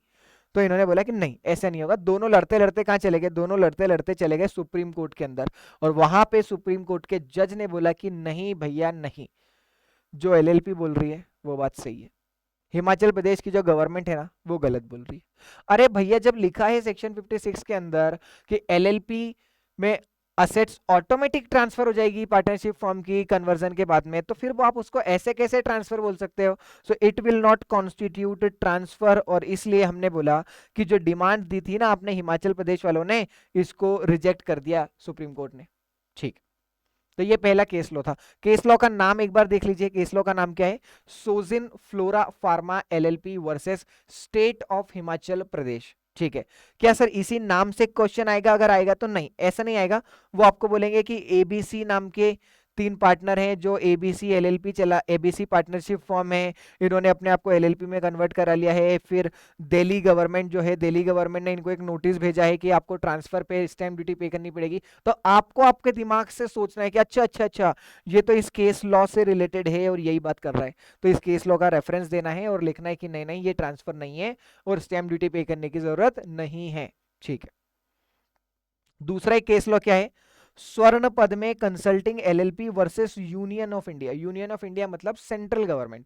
तो क्या हुआ कि एक एलएलपी थी स्वर्ण पद में नाम की, तो इस एलएलपी में क्या हुआ कि यार ये ना फेंग शुई नाम की कंसल्टेंसी देते थे, जिस बिल्डिंग को डिजाइन करने में एक मेथड है, कॉन्सेप्ट है जो यूज होता है, वो वाली कंसल्टेंसी ये लोग देते थे। तो हुआ क्या कि यार देखो इनकी है ना बिजनेस चल नहीं रहा था, प्रॉफिट नहीं हो रहा था इनको, तो इन्होंने क्या करा कि एनुअल रिटर्न और statement of accounts and solvency file नहीं किया। इनको ऐसा लगा कि यार प्रॉफिट प्रॉफिट तो हो नहीं रहा है, तो ये फाइलिंग करके फालतू का क्या मतलब ना, बिना फालतू का खर्चा हो रहा है। तो इन्होंने सोचा कि जब प्रॉफिट नहीं तो कोई एनुअल रिटर्न हम फाइल नहीं कर रहे। तो भैया इन्होंने एनुअल रिटर्न फाइल नहीं किया। आरओसी ने इनको नोटिस दिया कि भैया एनुअल रिटर्न फाइल कर दो यार। तो फिर एलएलपी को समझ में आया कि अच्छा, प्रॉफिट हो या ना हो हमको रिटर्न फाइल करना मैंडेटरी है क्या। अच्छा अच्छा, तो इन्होंने क्या किया, ओवर ड्यू रिटर्न जो थे वो फाइल कर दिए। फिर इनको बाद में पता चला कि जब तक तो आरओसी ने जो इसका स्टेटस था ना वो एक्टिव से डिफंक्ट कर दिया। डिफंक्ट का मतलब कि अभी ऑपरेशन में नहीं है ये वाली। तो इन्होंने बोला कि यार ऐसे थोड़ी काम चलेगा यार, जब हमने रिटर्न फाइल कर दी है तो हमारा स्टेटस चेंज करो ना, अब तो हमारी एलएलपी को एक्टिव बनाओ आप। तो नहीं बनाया। तो फिर ये लोग कहाँ गए, ये लोग गए कोर्ट के अंदर, और कोर्ट ने बोला कि ओ भैया आरओसी का काम है कि अगर कोई कंप्लायंस कर रहा है एक्ट का आफ्टर कंप्लायंस तो उसका स्टेटस एक्टिव कर दिया जाए। वैसे कोई काम का ज्यादा केस लॉ नहीं है, बट सिंस ये और सुजिन फ्लोरा फार्मा वाला केस लॉ साथ साथ में थे पुराने मॉड्यूल के अंदर, तो मैंने आपको ये दोनों बता दिए। नाम इसका भी देख लीजिए, स्वर्ण Padmi consulting LLP versus union of India. इसमें क्या है कि आपको आपके एलएलपी का स्टेटस जो है वापस एक्टिव हो जाएगा। ठीक, इसके अलावा दो छोटी और बातें ध्यान में रख लीजिए। डिविडेंड डिस्ट्रीब्यूशन टैक्स नाम का एक कॉन्सेप्ट होता है जो कंपनी के ऊपर एप्लीकेबल होता है। एक टैक्स होता है dividend distribution tax, DDT, company के ऊपर एप्लीकेबल होता है, एलएलपी के ऊपर एप्लीकेबल नहीं होता है। याद रखिए, कभी क्वेश्चन में आ जाए मान लीजिए तो आप लिख पाए। दूसरा, एलएलपी जो होती है वो एक्सटर्नल कमर्शियल बोरोविंग्स रेज नहीं कर सकती। इसका मतलब क्या है, एक एलएलपी फॉरेन बैंक से लोन नहीं ले सकती। ठीक है सर, ये तो पढ़ाया नहीं, हाँ नहीं पढ़ाया, पर क्वेश्चन में कभी कभी शायद पूछ लें, इसलिए मैंने आपको अलग से बता दिया है कि एलएलपी के ऊपर डीडीटी एप्लीकेबल नहीं होता है, LLP external commercial borrowing raise नहीं कर सकती है। तो ये हम लोगों का जो एलएलपी नाम का चैप्टर है, ये चैप्टर हम लोगों का पूरा कंप्लीट हो गया। यहाँ पे आप लोगों को बता दूं कि इस चैप्टर में हमने पूरा इन डिटेल मॉड्यूल से डिस्कस किया है। अब एक काम करते हैं, इस चैप्टर की क्वेश्चन बैंक को डिस्कस कर लेते हैं। कुछ 3-4 क्वेश्चंस दिए हैं, उन क्वेश्चंस को भी देख लेते हैं। आइए क्वेश्चन बैंक देखते हैं। देखिए, ये रहा है एलएलपी का क्वेश्चन बैंक। पहला क्वेश्चन क्या दिया हुआ है कि भैया एलएलपी के एडवांटेज क्या हो। इतने पूरे दिन आ गए कि हमारे इतना आसान क्वेश्चन करेंगे कि हम कि एलएलपी के एडवांटेज क्या है। चलो फिर भी बता देता हूँ। एलएलपी को बनाना बहुत आसान है। एलएलपी में लाइबिलिटी लिमिटेड होती है, एलएलपी में परपेचुअल सक्सेशन होता है, एलएलपी की ट्रांसफरेबिलिटी ऑफ ओनरशिप, इजीली आप ओनरशिप ट्रांसफर कर सकते हो। एलएलपी में कंपलसरी ऑडिट नहीं है। कंपनी में तो हर कंपनी को ऑडिट कराना मैंडेटरी है, बट एलएलपी में तो हम लोगों ने लिमिट देखी है कि कब ऑडिट कराना है। एलएलपी के ऊपर DDT dividend distribution tax applicable नहीं होता है, अभी हम लोगों ने पढ़ा था। ठीक है सर। फिर दूसरा बोला एलएलपी और कंपनी के बीच में क्या डिफरेंस होता है ये बता दो। अरे भाई यही बताएंगे क्या। अरे एलएलपी जो होती है वो एलएलपी एक्ट 2008 से गवर्न होती है, ये कंपनीज एक्ट 2013 से गवर्न होती है। ये एलएलपी एग्रीमेंट के थ्रू गवर्न होती है, ये मेमोरेंडम ऑफ एसोसिएशन और आर्टिकल ऑफ एसोसिएशन के थ्रू गवर्न होती है। एलएलपी एक्ट में मीटिंग नाम की कोई चीज हम लोगों ने नहीं पढ़ी कि पार्टनर को इतनी बार मिलना ही पड़ेगा, पर कंपनी में तो हर साल एक एनुअल जनरल मीटिंग करनी पड़ती है, बोर्ड मीटिंग करनी पड़ती है। ठीक है। एलएलपी में ऐसे कोई प्रोविजन नहीं है कि रिम्यूनरेशन डायरेक्टर्स को, डेजिग्नेटेड पार्टनर्स को इतना ही मिल सकता है या पार्टनर्स को इतना ही मिल सकता है, पर कंपनी के अंदर सेक्शन नंबर 197 आ जाता है जो बताता है कि एक कंपनी में डायरेक्टर को इससे ज्यादा रिम्यूनरेशन नहीं मिल सकता। ठीक है। ऑडिट मैंडेटरी नहीं है एलएलपी के अंदर, बट कंपनी के अंदर मैंडेटरी है। एलएलपी जो है वो कैश या फिर अक्रूवल किसी भी बेसिस पे अपने अकाउंट्स मैनेज कर सकती है, पर जो कंपनी है उसे अक्रूवल बेसिस पे ही अकाउंट्स मैनेज करने होते हैं। ठीक है। फिर एक ये क्वेश्चन जिसकी मैं आप लोगों से बात कर रहा था कि ये थोड़ा सा इंपॉर्टेंट क्वेश्चन है, इस पे ध्यान दीजिएगा कि क्या क्या डॉक्यूमेंट्स या अटैचमेंट आपको फॉर्म FILLIP फाइल करते वक्त इंक्लूड करना है। ठीक है। तो ये हम लोगों ने पढ़ लिया था। फिर हमने देखा कि एनुअल रिटर्न क्या होता है एलएलपी का, इसके बारे में क्वेश्चन है। अरे भैया एनुअल रिटर्न क्या होता है, हर एलएलपी को एनुअल रिटर्न फाइल करना है 60 डेज के अंदर, फॉर्म नंबर 11 के अंदर अंदर। सर्टिफिकेट लगेगा अगर प्रैक्टिसिंग सेक्रेटरी से, कब, अगर टर्नओवर 5 करोड़ से ज्यादा हो या फिर कंट्रीब्यूशन 50 लाख से ज्यादा हो, अदरवाइज डेजिग्नेटेड पार्टनर जो होगा वही साइन कर देगा। ठीक है। एक एलएलपी के अंदर शेयर होल्डर्स का कॉन्सेप्ट नहीं होता है, मेंबर्स पार्टनर्स का होता है। तो बिल्कुल बराबर बात है यार, शेयर होल्डर्स थोड़ी होते हैं एलएलपी के अंदर। एलएलपी के अंदर कौन होते हैं, एलएलपी के अंदर होते हैं पार्टनर्स। ठीक है। आप एक कंपनी सेक्रेटरी है, अपने क्लाइंट को बताइए कि एक एलएलपी को क्या क्या एनुअल कंप्लायंसेस का फॉलो करना पड़ेगा। अरे बिल्कुल आसान है, ये क्या बताने भी आते क्या। हर एलएलपी को statement of accounts and solvency file करना है फॉर्म नंबर 8 के अंदर, कितने दिनों के अंदर अंदर 6 मंथ में प्रिपेयर करना है और फाइल करना है अगले 30 दिनों में, दैट इज 30 अक्टूबर के अंदर अंदर। ठीक है, audit of accounts, her LLP को ऑडिट कराना है क्या, नहीं। अगर आपका टर्नओवर 40 लाख या उससे ज्यादा हो या कंट्रीब्यूशन 25 लाख या उससे ज्यादा हो तो ऑडिट कराना पड़ेगा। एनुअल रिटर्न हर एलएलपी को फाइल करना है कि हाँ ऑफ कोर्स फाइल करना है 60 दिन के अंदर अंदर। ठीक है, इसके अलावा हर एलएलपी को एक इनकम टैक्स रिटर्न भी फाइल करना है, ये किन्ने अलग से डाल दिया, आप लोग भी याद रख लीजिएगा। ठीक है,